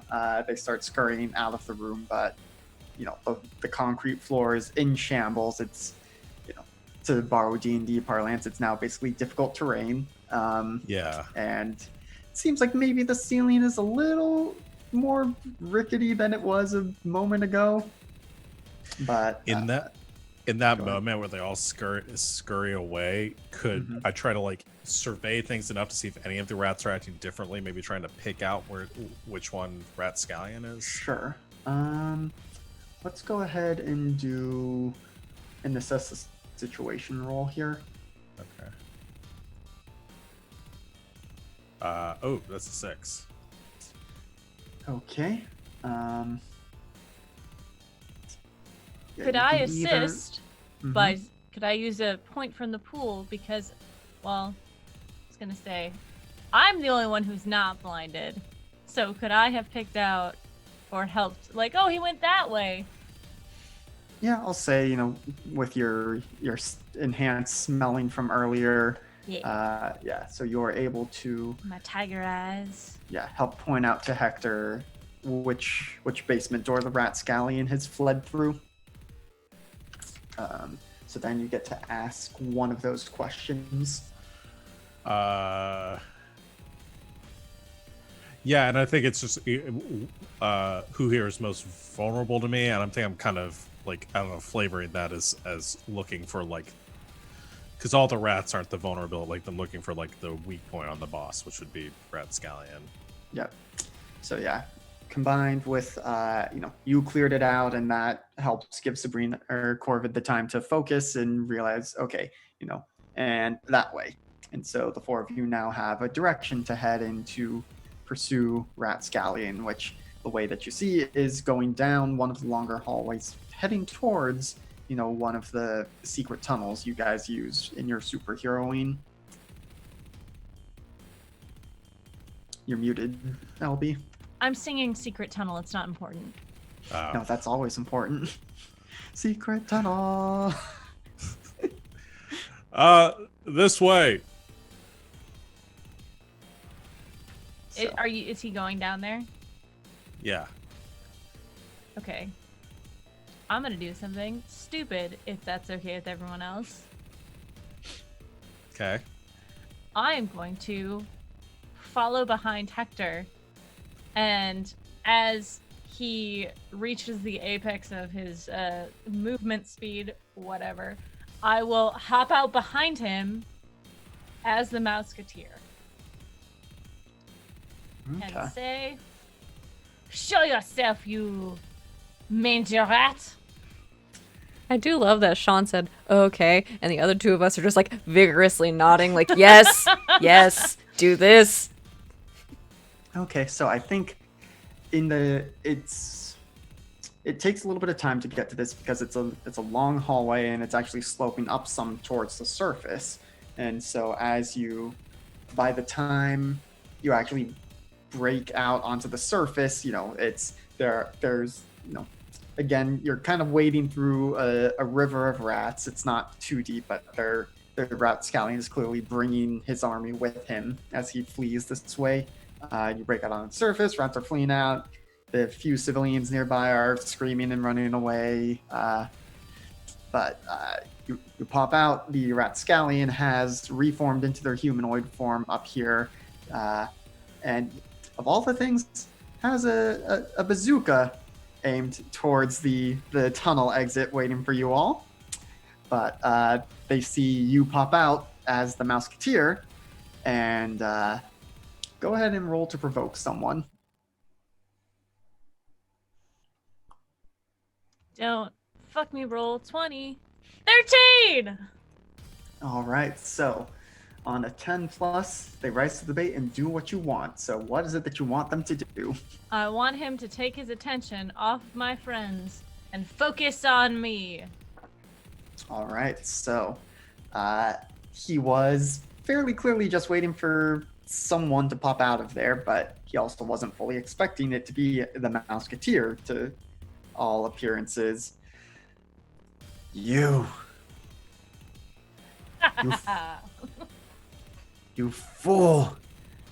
Don't you see that they are... Why do you fight for them? I fight for what is right. Such a simplistic point of view. And I think, because they don't want to just blow up the Mouseketeer, they want to do this by hand. So it looks like they dropped the bazooka, but as it falls to their side, it kind of disappears, and they I think they charge towards you with their claws out. So you all see the Ratscallion charging towards your friend Corvid. What do you all do?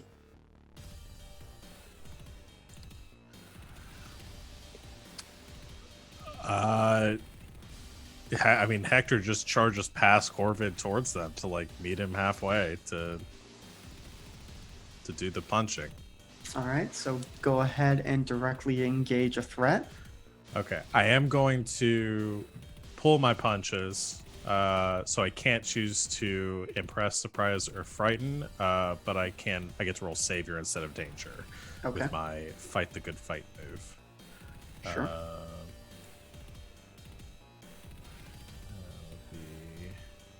Well, you get to mark some XP, unless two of you want to contribute team from the pool. See, because we went back to level 1 characters, I lost my move that let me spend 2 team from the pool by myself, and I'm real mad about it. Because it never came up last time. I was like, nah, this is fine. Yeah. Oh boy. So I think Just take that miss. All right, so let's see. How many conditions are you at right now? I'm only at 1. Okay. Unless that smashing in the basement counted as breaking something important to clear angry, but No, I don't think it was. You didn't break something important with the Important, intention. yeah. Yeah. So I think we'll go ahead and have you roll to take a powerful blow here. But you only have one condition, so you should be pretty okay. okay. Is he considered? I have a move, never give up, never surrender. Okay. When you take a powerful blow from someone with far greater power than you, use this move instead of the basic move. Yeah, I think that would make sense here, because, I mean, yeah, mono a mono, maybe you could take him, but he also has weapons and an army of rats, so. Okay, so I get to roll plus savior, and on a hit, then I get to do other things. Okay. Hopefully this goes. Oh my god. What? How did that happen? So what does this mean for taking a powerful blow? You rolled a 5. I rolled a 5. On a miss, you go down hard, but leave your opponent off balance and vulnerable. Okay. So I'm not going to do full on, you're removed from the fight, like when you fail, take a powerful blow, but I think at the very least you are taking another condition. Okay. And I think you get in a few good hits on them, but whereas you are pulling your punches, they just, he's trying to just get you out of the way, and so just basically claws raking across your face and body. It hurts. It's not going to be pretty unless you get some good healing, but yeah, so Yikes. he ends up shoving you to the side. You are probably going to be yeah, I hesitate to say, you're just out for the next round, but we'll see how things develop. Okay. But I think But they are. Yeah, you do put the Rapscallion off balance. They are going to mark the angry condition. Cool. And so doing that, they are going to, let's see. Yeah, what they do then is they are going to have their army of rats come, completely flooding out of the tunnel. And they just, you thought there were a lot of rats in the school. You're not sure where he was keeping all the rats, but there are just rats covering this street now. It looks like they're starting to swarm into buildings nearby. There's a lot of rats going on and going out and doing stuff, and there were screaming civilians before. There are more of them now. He has very much escalated the situation, but he is, at the same time, it seems like because of the sheer number of rats he is commanding, he may be a little bit distracted right now, and you still punched him a few times pretty good. Maybe his jaw's a little dislocated, but let's see. Yeah, I think that is that. So who would like to go next? I think we're at either Etheria or Chrysalis. I'm just gonna be, angry that Hector's just got messed up. I'm gonna just jump into the fray here and start punching. Okay. So you're gonna directly engage a threat? Yes, and I have a thing coming for you. Mm-hmm. And it's when I mark a condition, I get a +1 forward against the person I deem most at fault for it. And he made me freak out all those people before, so it's his fault I'm insecure. Yep. So go ahead and roll your attack with the +1 and mark the condition afterwards. All right. Oh well, this is from the when I last took the condition. Okay. Yeah, let me. I don't have to. Okay, so mark it's gotcha. Okay. but it is +1 forward, so it's just going to be this next roll. It's not ongoing. Yeah. All right. That'll do. Okay, so that's an 8. That's the mixed success. So on a hit, trade blows. So on a 7 to 9, you get to pick one from the list. Okay. I am going to use my other thing, which is not human enough, and I'm going to mark an additional condition on myself so I can choose 2 from the list. Okay. And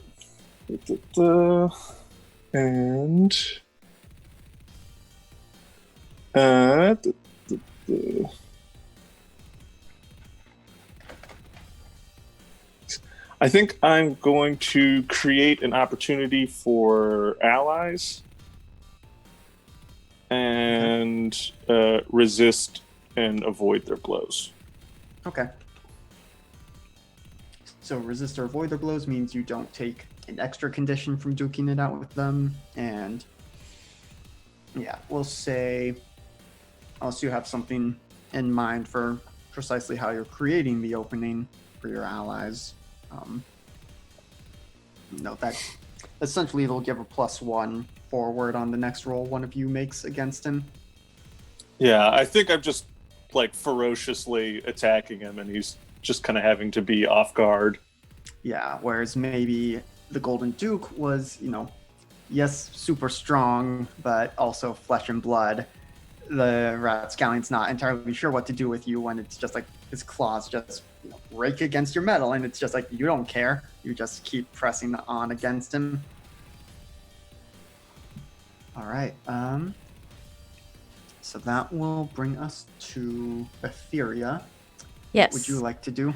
I would like to try to, geez, I'm sneaky. I'm going to try to get around behind the Ratman as he is engaged with my friends using this opening, and just sort of grab onto his legs and try to phase him into the ground, but only partially, and then just leave him there so he's stuck. Yep. So go ahead and unleash your powers with a +1. Which makes it a flat roll. Okay, that's an 8. Okay. So you can either mark a condition, or I'll tell you how it's unstable or temporary, or the team can figure out ways to spend team from the pool to bump it up to full success. I will mark a condition to stick him there if you guys don't wanna. How can we do that? As long as you can explain it narratively. I mean, that's up to you. Maybe you... Tell me, Alex, how can I do it? How can you help? If you want, I'll take another condition to just, stick his legs in the concrete. I will also remind you that team does kind of go away at the end of a session, so... Yeah. While you have it.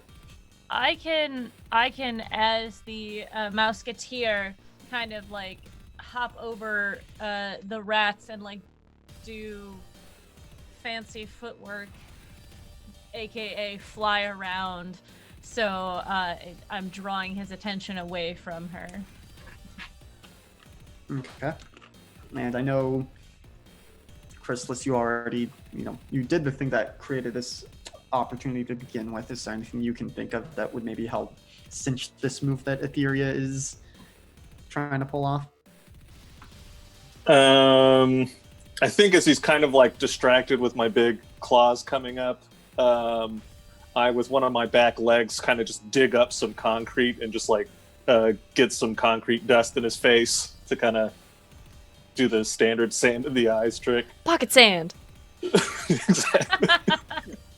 All right, so with the 2 of your teammates helping in that way, go ahead and take 2 out of the team pool. Theory, you are able to appear, grab him around one of his big, meaty legs, and just pull it into the ground, and then release. And he is stuck there for the moment, at least. Na-na-na-na-na-na. She's a phantom. Yep. Let's see. He is, at this point, going to Yeah, he is going to mark hopeless here. And as he, starts snarling at you all, gets, a little bit more bestial, but, why? And kind of focusing again on Corvid, who he believes to be the Mouseketeer. Why do you help the people who did this to us? Why? Don't you see that if they can create things like this, and kind of gestures broadly at his rat army that's still running amok, they are ultimately responsible for this. Shouldn't they pay the price for it? Humans are capable of many terrible things, but they are also capable of many great things. There are always the good and the bad of this world. And you know what? You're just one of the bad ones. All right. Very nice. That will. Yeah, he's definitely stuck and is spending a lot of effort trying to get himself unstuck, but that will leave him open to. I think that will bring us back to Corvid to do something. Golden Duke, you'll probably be shaking yourself off from the blow earlier in just a little bit here. I think Corvid is going to continue the ruse, because he's still got a bunch of rats that he's using. So Corvid is going to say, if you really think that you are better than me, then bring it. And he slashes down at some of the rats, or she does, and kind of flips back and does a ha-ha. Okay. Sounds like you're trying to provoke someone again. Yeah. All right. Go ahead and roll. 7. Okay. So, yeah, they will, in this case...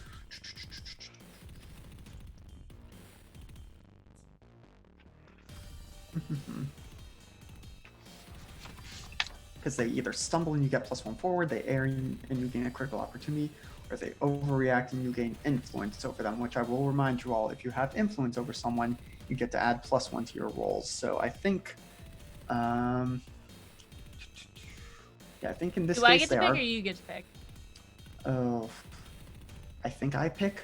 Sure. Yeah, I think in this case, they're going to overreact, and it's, as you slash at the rats, he kind of, growls at you again. He's like, why would you do that? They were once like us, but for the whims of fate, they could be where we are.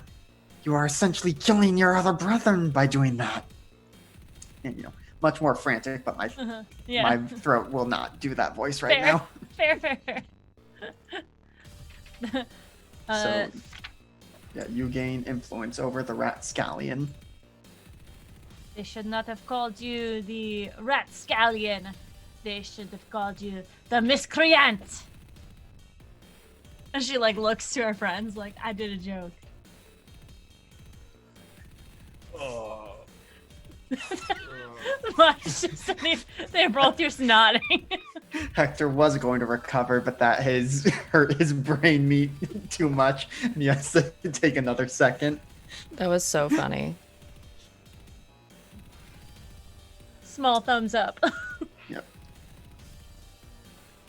All right. Yeah, I think we'll get Hector back into this. So Hector, you are recovering. You are, you're bleeding from some head wounds. So there's a lot of blood, but it's not necessarily immediately like, oh no, I have to stop this bleeding. It's a head wound. It's gonna bleed, but yeah.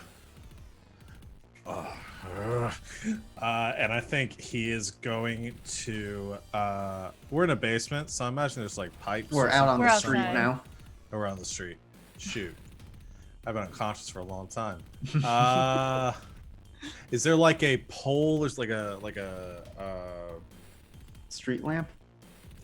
yeah, a street lamp or a stop sign or something like that. Yeah, definitely. Because he wants to rip that out of the ground and then try to like bend it and wrap it around the rapscallion to kind of hold him in place now that he's stuck in the ground.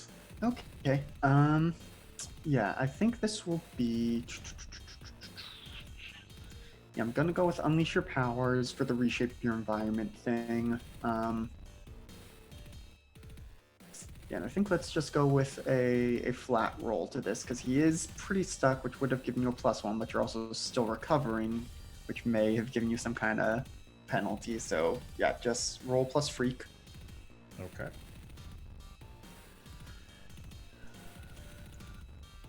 Eight. Okay, so 7, 9, you can either mark a condition or it'll be unstable or temporary. I'll have to add another condition. Okay. So your choice, but you are able to, get this, this pole around him, and you get it so tight that you get the impression that, I'm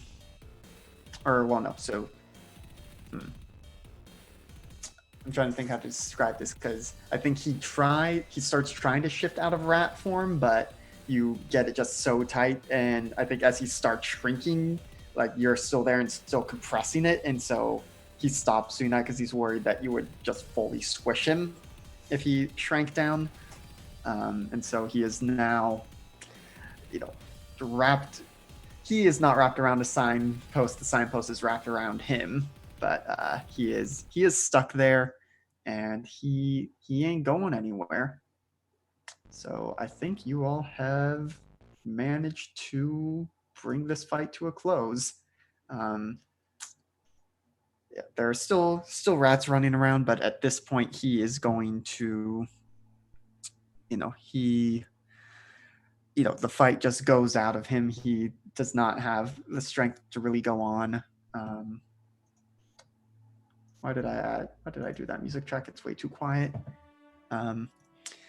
He just kind of sags there, and he looks at you, Corvid, again, just, are we really destined to do this dance every time? I don't know. He giggles and then turns back into Subrina. Sorry. Couldn't have you hurting kids. I think he just starts quietly fuming, and it's at that point that the heroes that you were dealing with earlier in the day, they actually reappear on the scene. So those 3 knights and the Mousquetaire come showing up, and the knights, they rush off, they start dealing with the other rats. There's a brief moment where Hector's like, Corvid, you're the Mousquetaire. I have been the whole time, Hector. Duh. That's amazing. And there are 2 of you. And sees the new other Mousquetaire come up. Subrina, you're gonna confuse him. I'm sorry. I meant today, like during this fight, it was me because I could shapeshift. Remember? Right. Right. You kind of ran around behind me, and then I was hit in the head a lot. Are you okay? Mm-hmm. I'm fine. Just going to go lean against this building here. Don't heroically. knock it over. I mean, shapeshifting's like the coolest power ever, but... I mean, you were able to phase all those people out of the danger. I mean, like, you really did all of the work. I was only a distraction. I'm trying to tell Hector that your powers are cool. I know my powers are cool. I'm trying to tell him your powers are cool. Does he not think my powers are cool? As this is happening, you see, the Mousquetaire comes up, and as they approach, they're doing that thing where psychically commanding, but as they do that, you see all the rats around just kind of they stop their frantic movements, and they all just kind of sit down, and they get into neat rows and columns, just sit down and seem to be listening to his command, which he for now just keeps them there. He'll figure out what to do with them exactly later, but he approaches the Ratscallion, nodding to you all first. Merci beaucoup. Sorry we were so late, but looks like you all mostly handled it. Excellent work. It's fine, we got him. You might want to tell him that humans are fine. Yes, believe me, we have this conversation every month or so. Also, you probably shouldn't leave him in there for that long because I phased him into the concrete and I don't know how stable it is. Un moment, s'il vous plaît. And Musketeer will reach to their side and pull out of their pocket dimension these special shackles, which you all know are basically, they're colloquially known as stay down shackles, where he goes, puts them on the Rapscallion's arms, and you know that if the Rapscallion then gets too far away from the Musketeer, just the gravity on these will be so much that he's just pulled to the ground and can't go anywhere. Okay, you may want to try unfazing him now, but he is taken care of now. Okay. The Rapscallion is growling at you, but Ew. Musketeer just kind of boops him on the snoot. Stop that. Try to get him out. Which you're able to do, and he does the thing where it's like, like mini lunges at you, but Ew. Have you thought about doing something like other than that? It's kind of gross. just snarls at you. Doesn't seem much for one of talking at the moment. Okay. Yeah, that's fair. I'm not sorry. So as the Musketeer mostly deals with him, the supervillain containment crews show up, and other of the, the civilian rescue services shows up to deal with, the little bit of damage that the rats were able to do around here. The Musketeer is dealing with the Rapscallion, and Throwback, the one in the Sailor Scout outfit, comes over to talk with you all. And good work, everyone. Really good job. Thanks. Thank you. Oh, you're bleeding quite a lot there. I am. Oh, but I'm it's feeling dizzy. Okay, just give me a moment. And they approach, and while they don't fully touch you, you see these telekinetic constructs. They're essentially mage handing you right now, but moving your hair to the sides, like, oh yeah, I mean, we'll get the medic here. They'll stitch you up, but you'll be fine. Good. You might want to sit down, big guy. Yes, I will do that. Just kind of slides down the wall, sitting there. Well, I mean, it's maybe not quite my place to do this as a knight, but y'all did really good work out there. Thanks, we broke the basement. Thanks. Oh yeah, I mean, there's gonna be damage to the school. You might not have school for a few days, or at least not that part. They'll figure it out. But Oh no. Aww. Yeah. I mean, sorry, I'm just looking up some of these adult moves that they can do, because they are grown-ups and you are not. Yeah, it's not that kind of adult move. Get your minds out of the gutter.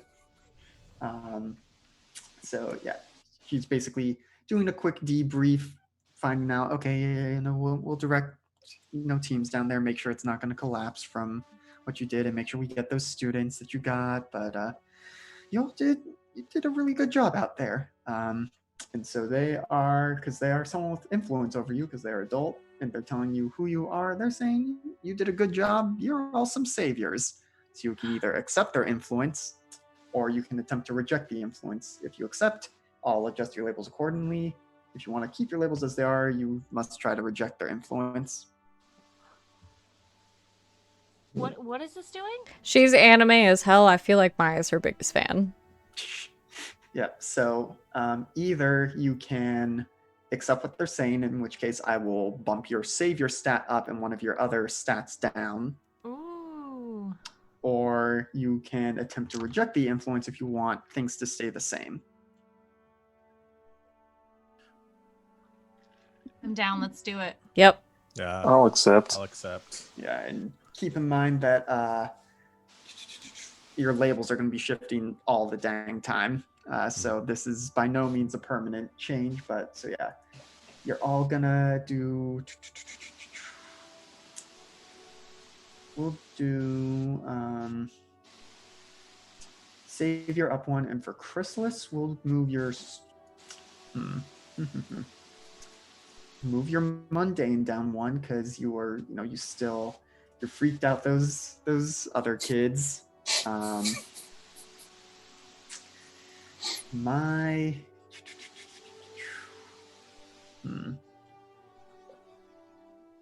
think we will move your superior down one. Hector.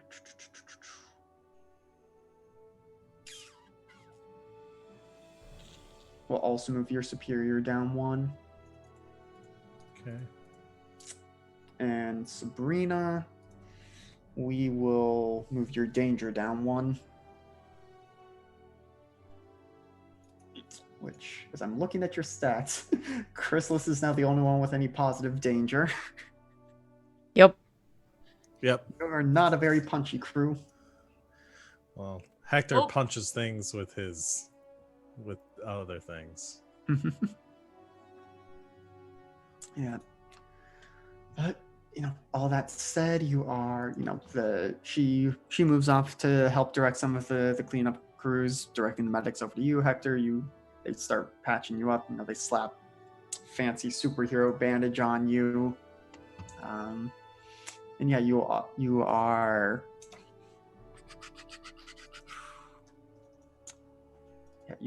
more or less free to go at this point.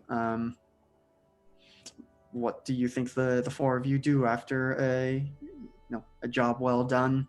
And keeping in mind, some of you have your conditions, which, just to remind you, some of the ways to clear conditions. There is the comfort or support move. Comfort or support someone, which can help.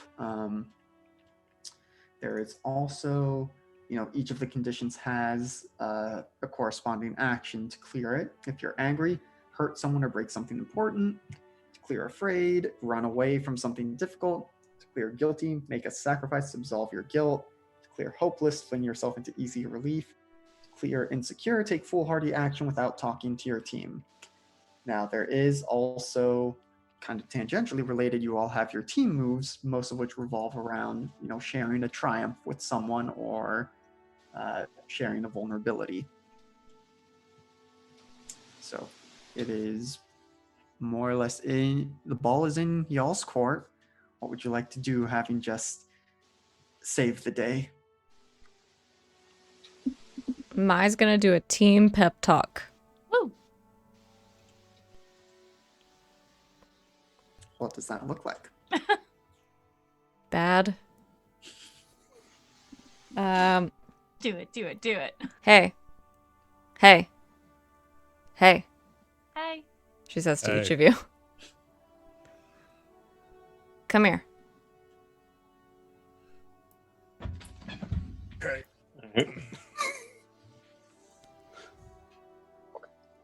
That was rough. Like,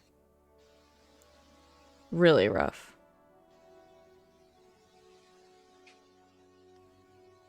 But, I mean, that wasn't our fault, right?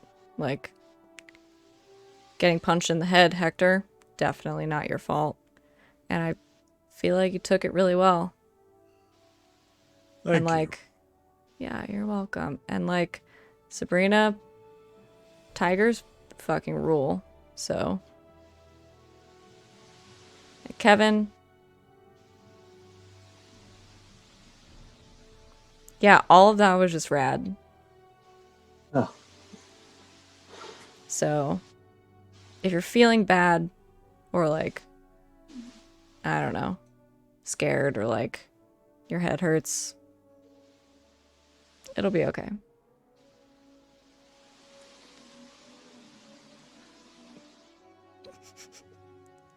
Is this a particular move you're trying to do in this I moment? comfort or support someone.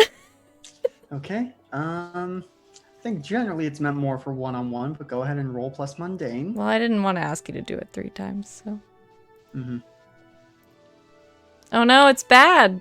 Well, so I have a +2 in that, but I failed. sure do. But It's like the one thing she's good at. I'm trying to Is there a think team left? if we can justify using team here. Yeah. I have to give a speech too. So, Just- I don't know if I can do that to back her up. It's just the one thing I'm supposed to be good at. yeah. Gosh, I think. Oof. Yeah, I think at the moment it's those are some nice It's words. fine if but it's bad. It's not going to do anything mechanically. You do get to mark XP. Roll 20. That's the 11th one we've rolled tonight. It was incredibly bad. Yeah. I have Well- a move that's called Not So Different After All. I have to talk about my home planet, but I Mhm. have to roll Freak first to see how well it goes. So Okay. I'm sure you all feel better now, and you know what? So do I, because I tried. But Subrina tried worse than me. 13. That's nope. a 3. Got snake eyes. Let me see. Out of miss. What is you reveal happening? more about yourself than you planned. Tell them a secret or vulnerability you haven't shared with an earthling before now. Oh God. So the rat scallion really made me think about like humans and like what they're like. And I don't think you're all bad. I think a lot of you are bad. I mean, like, not in the bad sense, but like, I mean, there's a lot of wars on this planet, and there's a lot of bad people that do a lot of bad things. And not that I don't want to be here. I mean, not that I have a choice because I can't go home.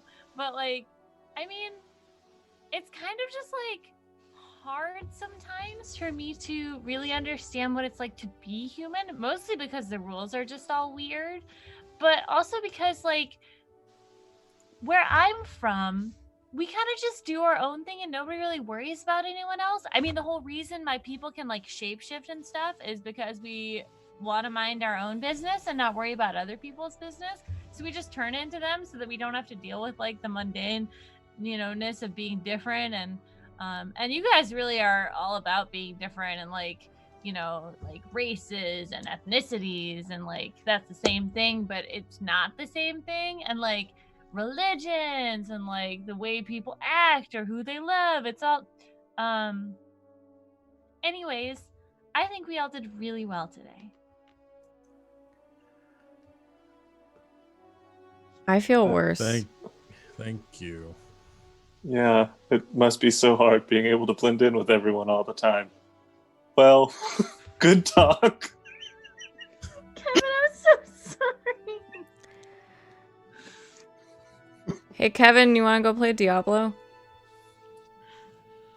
Sure, that seems fun. I'm a failure. Oh, I'm sorry, Kevin. I didn't mean that. I think you did the best out of all of us. Thanks. Yeah, I mean, I mostly did that by being a giant, scary bug man that even a supervillain was afraid of and ran away from, but sure. Yeah, I mean, I was the one that trapped him, but it's fine, Kevin. You did great. Mm-hmm. Yeah, no, that was a great job, by the way. That was very impressive. And I was going to say the Musketeer bluff was really impressive, too. Thanks. Yeah, I was a pretty good Musketeer. My ears are ringing. Oh, yeah. Should we take him to the hospital? I thought they said someone was going to... A medic or someone Yeah, was there's coming. a medic. They've checked him over.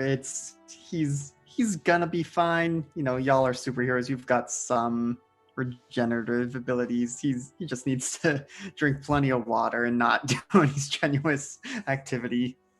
And just maybe don't sleep for the next 12 hours. All right. Well, I better run home now.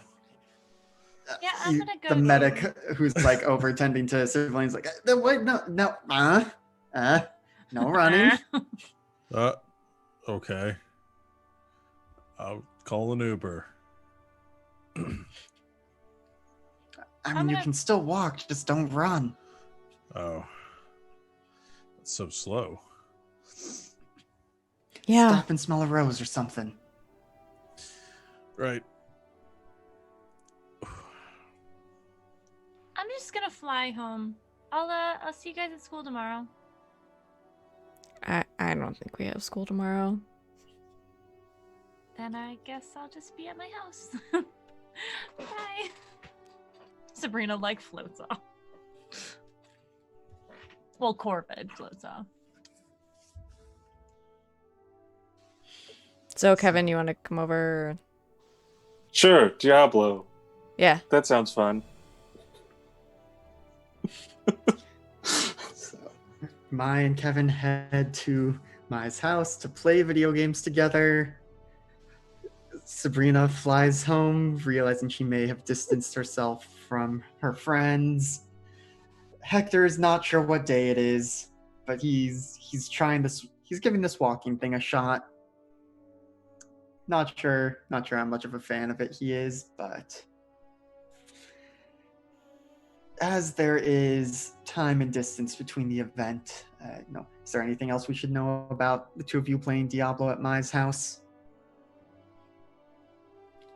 How do you explain to your family? Have they met Kevin before? When big giant bug man tries to walk through the door? No, but I don't think she explains it. Because they know she has powers, so I think she just goes like, this is Kevin. Oh, hi, Kevin. Nice to meet you. What's my last name? Morrison. Nice to meet you, Mr. and Mrs. Morrison. You two have fun up there. Let us know if you want snacks. Or is her room upstairs? Is it downstairs? Probably. I don't know. I mean, obviously, snacks. Okay, well, do you want something salty, something sweet? Mom. Look up something savory? Okay. I'll leave you to it.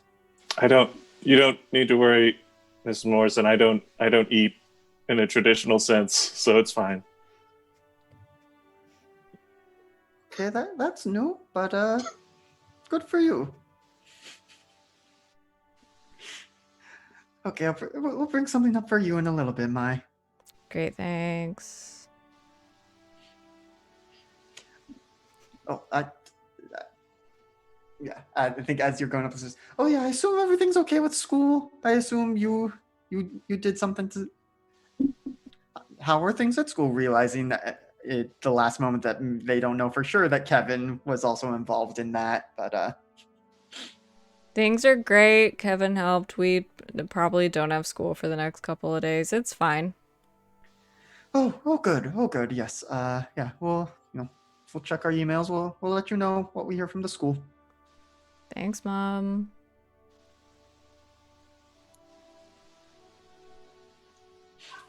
You go upstairs and you go fight Diablo. Whoa. Right. Subrina or Hector, anything you get up to when you get home? Subrina goes home to her parents, who are really FBI agents, and she like kind of like goes into the house and like flops onto the couch and is just like, Lauren, I blew it. We did it, but I was like, I went into like stupid brain mode and I told them all that I didn't like humans and that's not what I meant. Oh, you did an alien flub again, huh? I did. Oh, Sabrina, it's okay. You're still practicing. You're getting better at it, but yeah, you're still gonna mess up. I mean, does your species have adrenaline? Because I was gonna say, in the adrenaline and cooling down after a fight, it might have been something, but I maybe? Well, okay. I mean, do you want to talk about it, or should I just get you some chocolates? I just want it to be tomorrow, so that everyone forgets. Yes, well, there aren't people with time powers around those. We tend to keep them away from the public, so you're just gonna have to wait through time like the rest of us. Yes, chocolate, please. Okay, coming right up. She just woes in her own self-pity for a little while. I just had the image of with Subrina shapeshifting, she could literally collapse into a puddle. She sticks to, like, animals and people normally. Okay. Then meanwhile, back at the Adonis residence, is it like an estate? Is it a mansion? Like how grandiose is your legacy? I imagine it's pretty grandiose. I was thinking about it more like an estate outside of town. Big old fenced walls surrounding the property. Pool, tennis court. Yeah, it's very big. And Hector has finally walked all the way home. Meeting you at the gate are there butlers? Are there servants? There's, yeah. That seems like a security risk. How do robots exist in this universe? Probably. How Yeah. sci-fi are we here? I mean, I did say sometimes there are giant robot attacks and they're commonplace enough, so I think there are some robot servants that would be possible. I think it's mostly like it's like a smart home. Okay. So there's like some sort of Alexa, Siri, whatever thing that manages the property, but no like butlers or anything. Okay, so yeah, as you approach the gate, Sir Lexa chimes in. Good afternoon, Hector. Are you all right? Yes, I'm fine. Is my dad here? Yes, he has been watching the news reports of your escapades. He will wish to speak with you. Great. Where is he? I need to clean up before I see him. He is awaiting you in his study. Great. Thank you.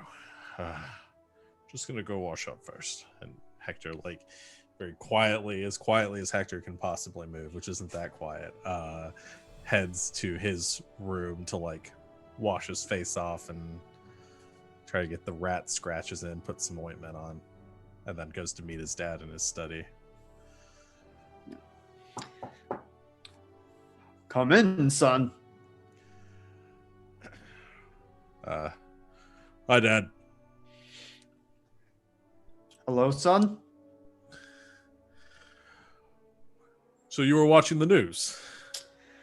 Yes, I'd like to keep an eye on when your escapades make it into the news. Well, we succeeded. We caught Ratscallion, so... You did? Very good work. I see he also tossed you about a bit. Yes, well, he had a grenade launcher, which I wasn't expecting. Threw me off a bit. And then, yeah. Yes, that rapscallion certainly is true to his name for wielding a grenade launcher so close to school. Right. So, yes, just a few scratches, though. I'm mostly fine now. That is good to hear. Thank you. Well, once we make sure there are no lingering injuries, we'll, redouble your training on close quarters combat. Make sure nothing like that happens again.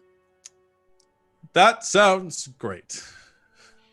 Well, also, wasn't planning to do it for a bit, but teach you how to engage with a foe wielding high explosive ordnance. That would be good. I hope it doesn't happen again, but I would very much prefer that not to happen again. I'm very hungry. Is dinner almost ready? Oh, yes. Sir Lexa has been cooking up your favorite. So you can expect that. Good. I'm going to. I need to lie down for a bit. Don't lie down too long, or I'll have your serving for you. Right. Thanks, Father. And heads to lie down on the couch and deal with his face hurting very badly. Yeah, which, given that godlike beauty is one of your powers, it's not going to leave any scars, or if it does, it's, only what's the adjective I'm trying to look for? But, a scar that only enhances the appearances. Hell yeah. Perfect. Just that little cut on the eyebrow. Hector, but more anime.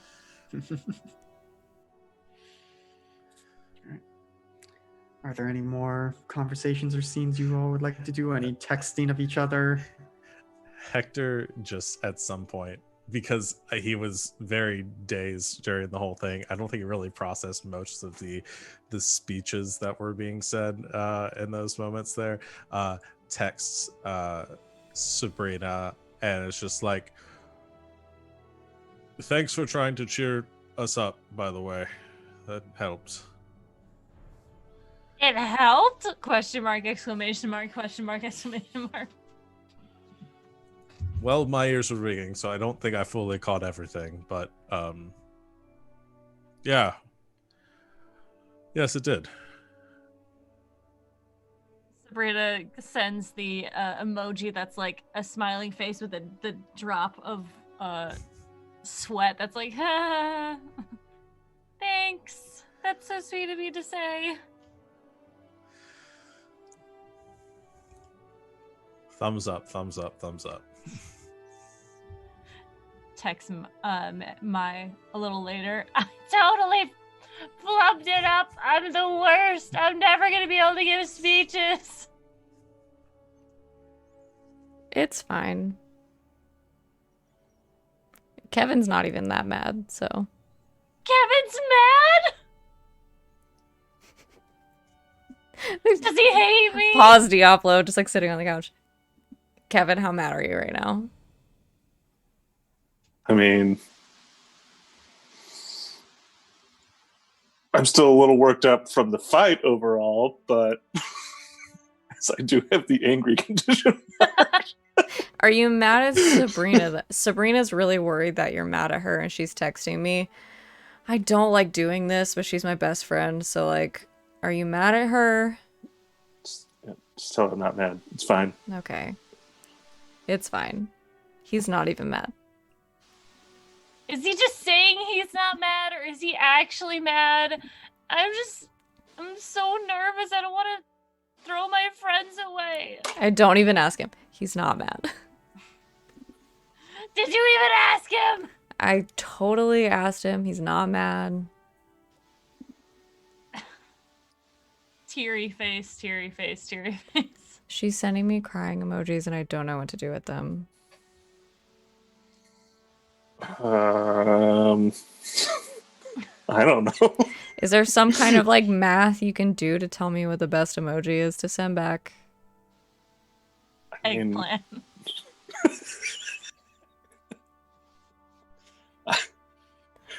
I don't. Not here. I mean, maybe back at home we could. There's some AIs that do this stuff. You know what? It's fine. 2 minutes tops, we'll keep playing Diablo.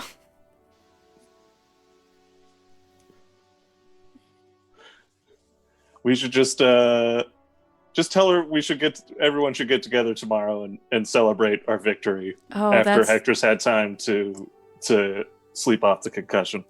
That's good. Kevin says we should get Froyo tomorrow to celebrate our victory. There's about 10 exclamation marks. And then... That sounds amazing! She's fine. Text Hector. Froyo tomorrow! Sounds good. I'll probably have an extra training session or two, but I'll be there. Are you okay? Yeah, my eye's swelling a little bit. I didn't know you could get hurt like that. He was a rat, so I'm gonna put some extra antiseptic on it just to be safe. That's a really good idea. Grenades. Why did he have grenades? Text Kevin. I hope you don't hate me. I still love you, and you're like one of my best friends, and I can't wait to get Froyo tomorrow. Sorry if I made you upset. Just giant bug arms. We have been in Act 2 for 2 hours! Subrina! A lot of feelings. Just be like, it's fine. I just get a little sensitive about the whole giant bug monster thing sometimes. I know you didn't mean anything by it. Heart, heart, heart. Heart, heart. Blue heart.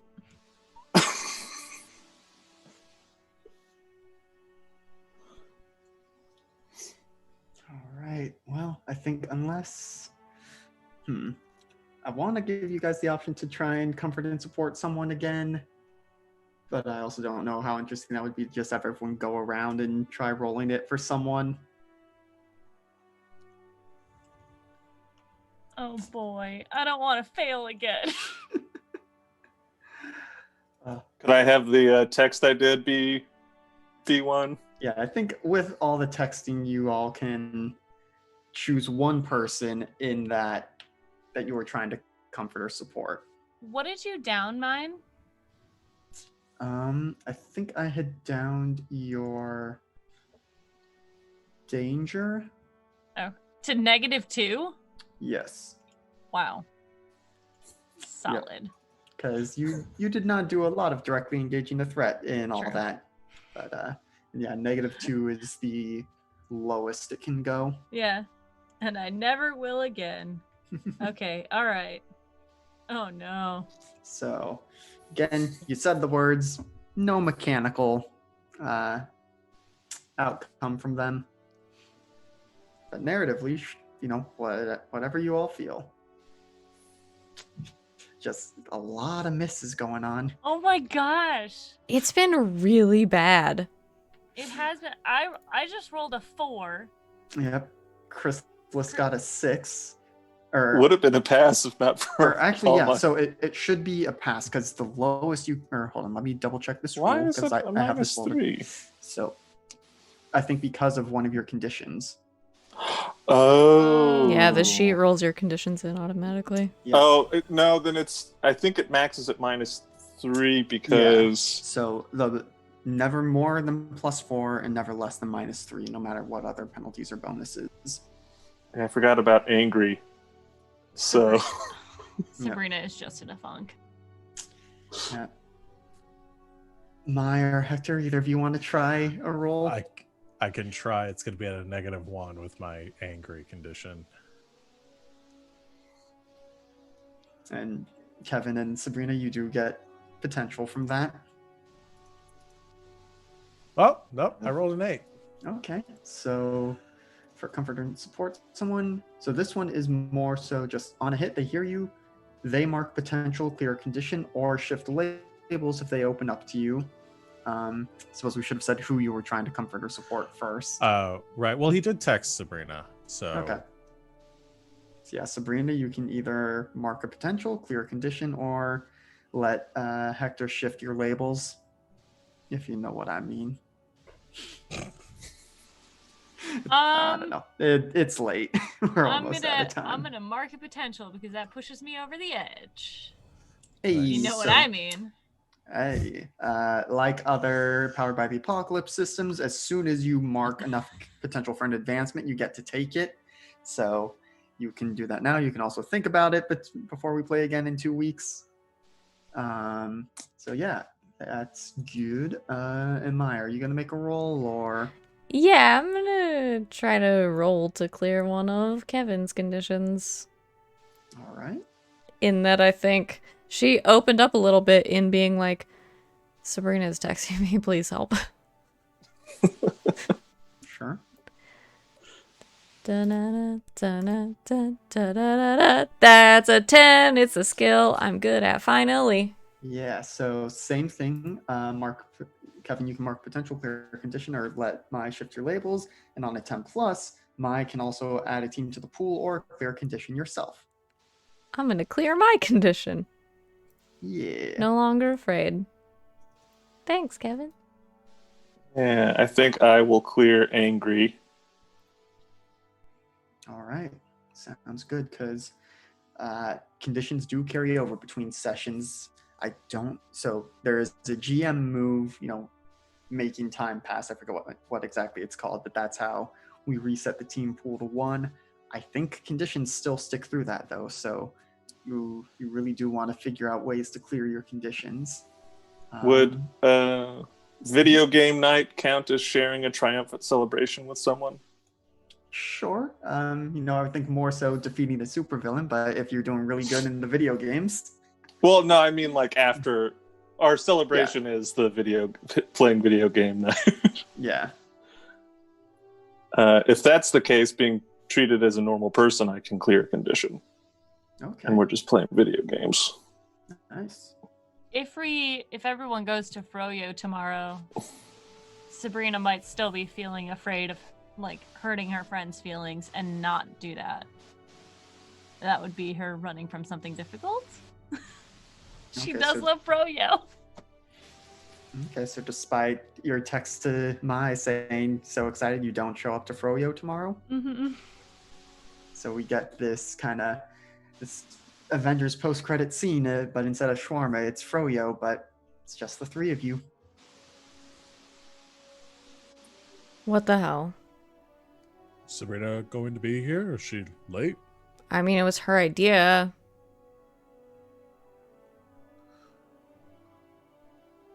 Well, how about I buy everyone's?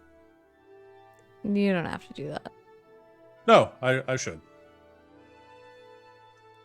I'm not getting any, so it's fine. I'll buy you some, and then I'll bring some to Sabrina's place after.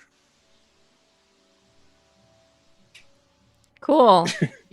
You're gonna bring the leftover frozen yogurt to Sabrina?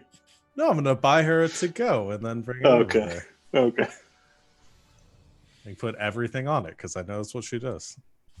Cool. Does that count as making a sacrifice to absolve my guilt for my guilty condition? It's like $7, Hector. Yeah. I don't think that's enough of I'm a a high sacrifice. schooler. Your dad's Who lives rich in a and mansion. famous. So are we gonna hang out or? I assumed so. Yeah, Okay. is that what we're doing? I don't know. I don't usually do this, so. Is there more hanging out than this? Is there something more to do? And as these 3 awkward teenagers try and figure out how do socializing, I think that is where we are going to end things for tonight. So thank you all for joining us. Thank you to my players for putting up with my ridiculousness in pitting a wave of rats against them and a grenade launcher, apparently. You can see our schedule down beneath our faces or on our Twitter and Discord, but our next stream will be Thursday, Elegant Suffering. We're getting pretty close to the end. I think it's going to be our second to last episode of this season. So there's a whole lot going on. There may be some arson. We'll see. It might escalate to that. It might not. But yeah, then this Saturday will be a Star Power week.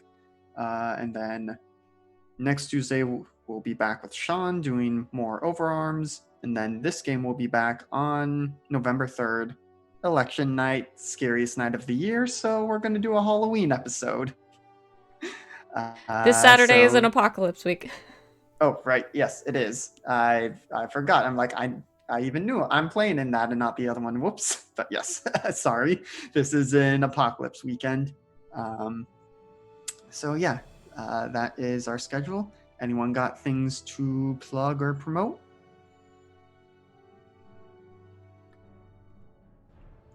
All right. Nah. Then I guess until next time, good game and good night, Internet.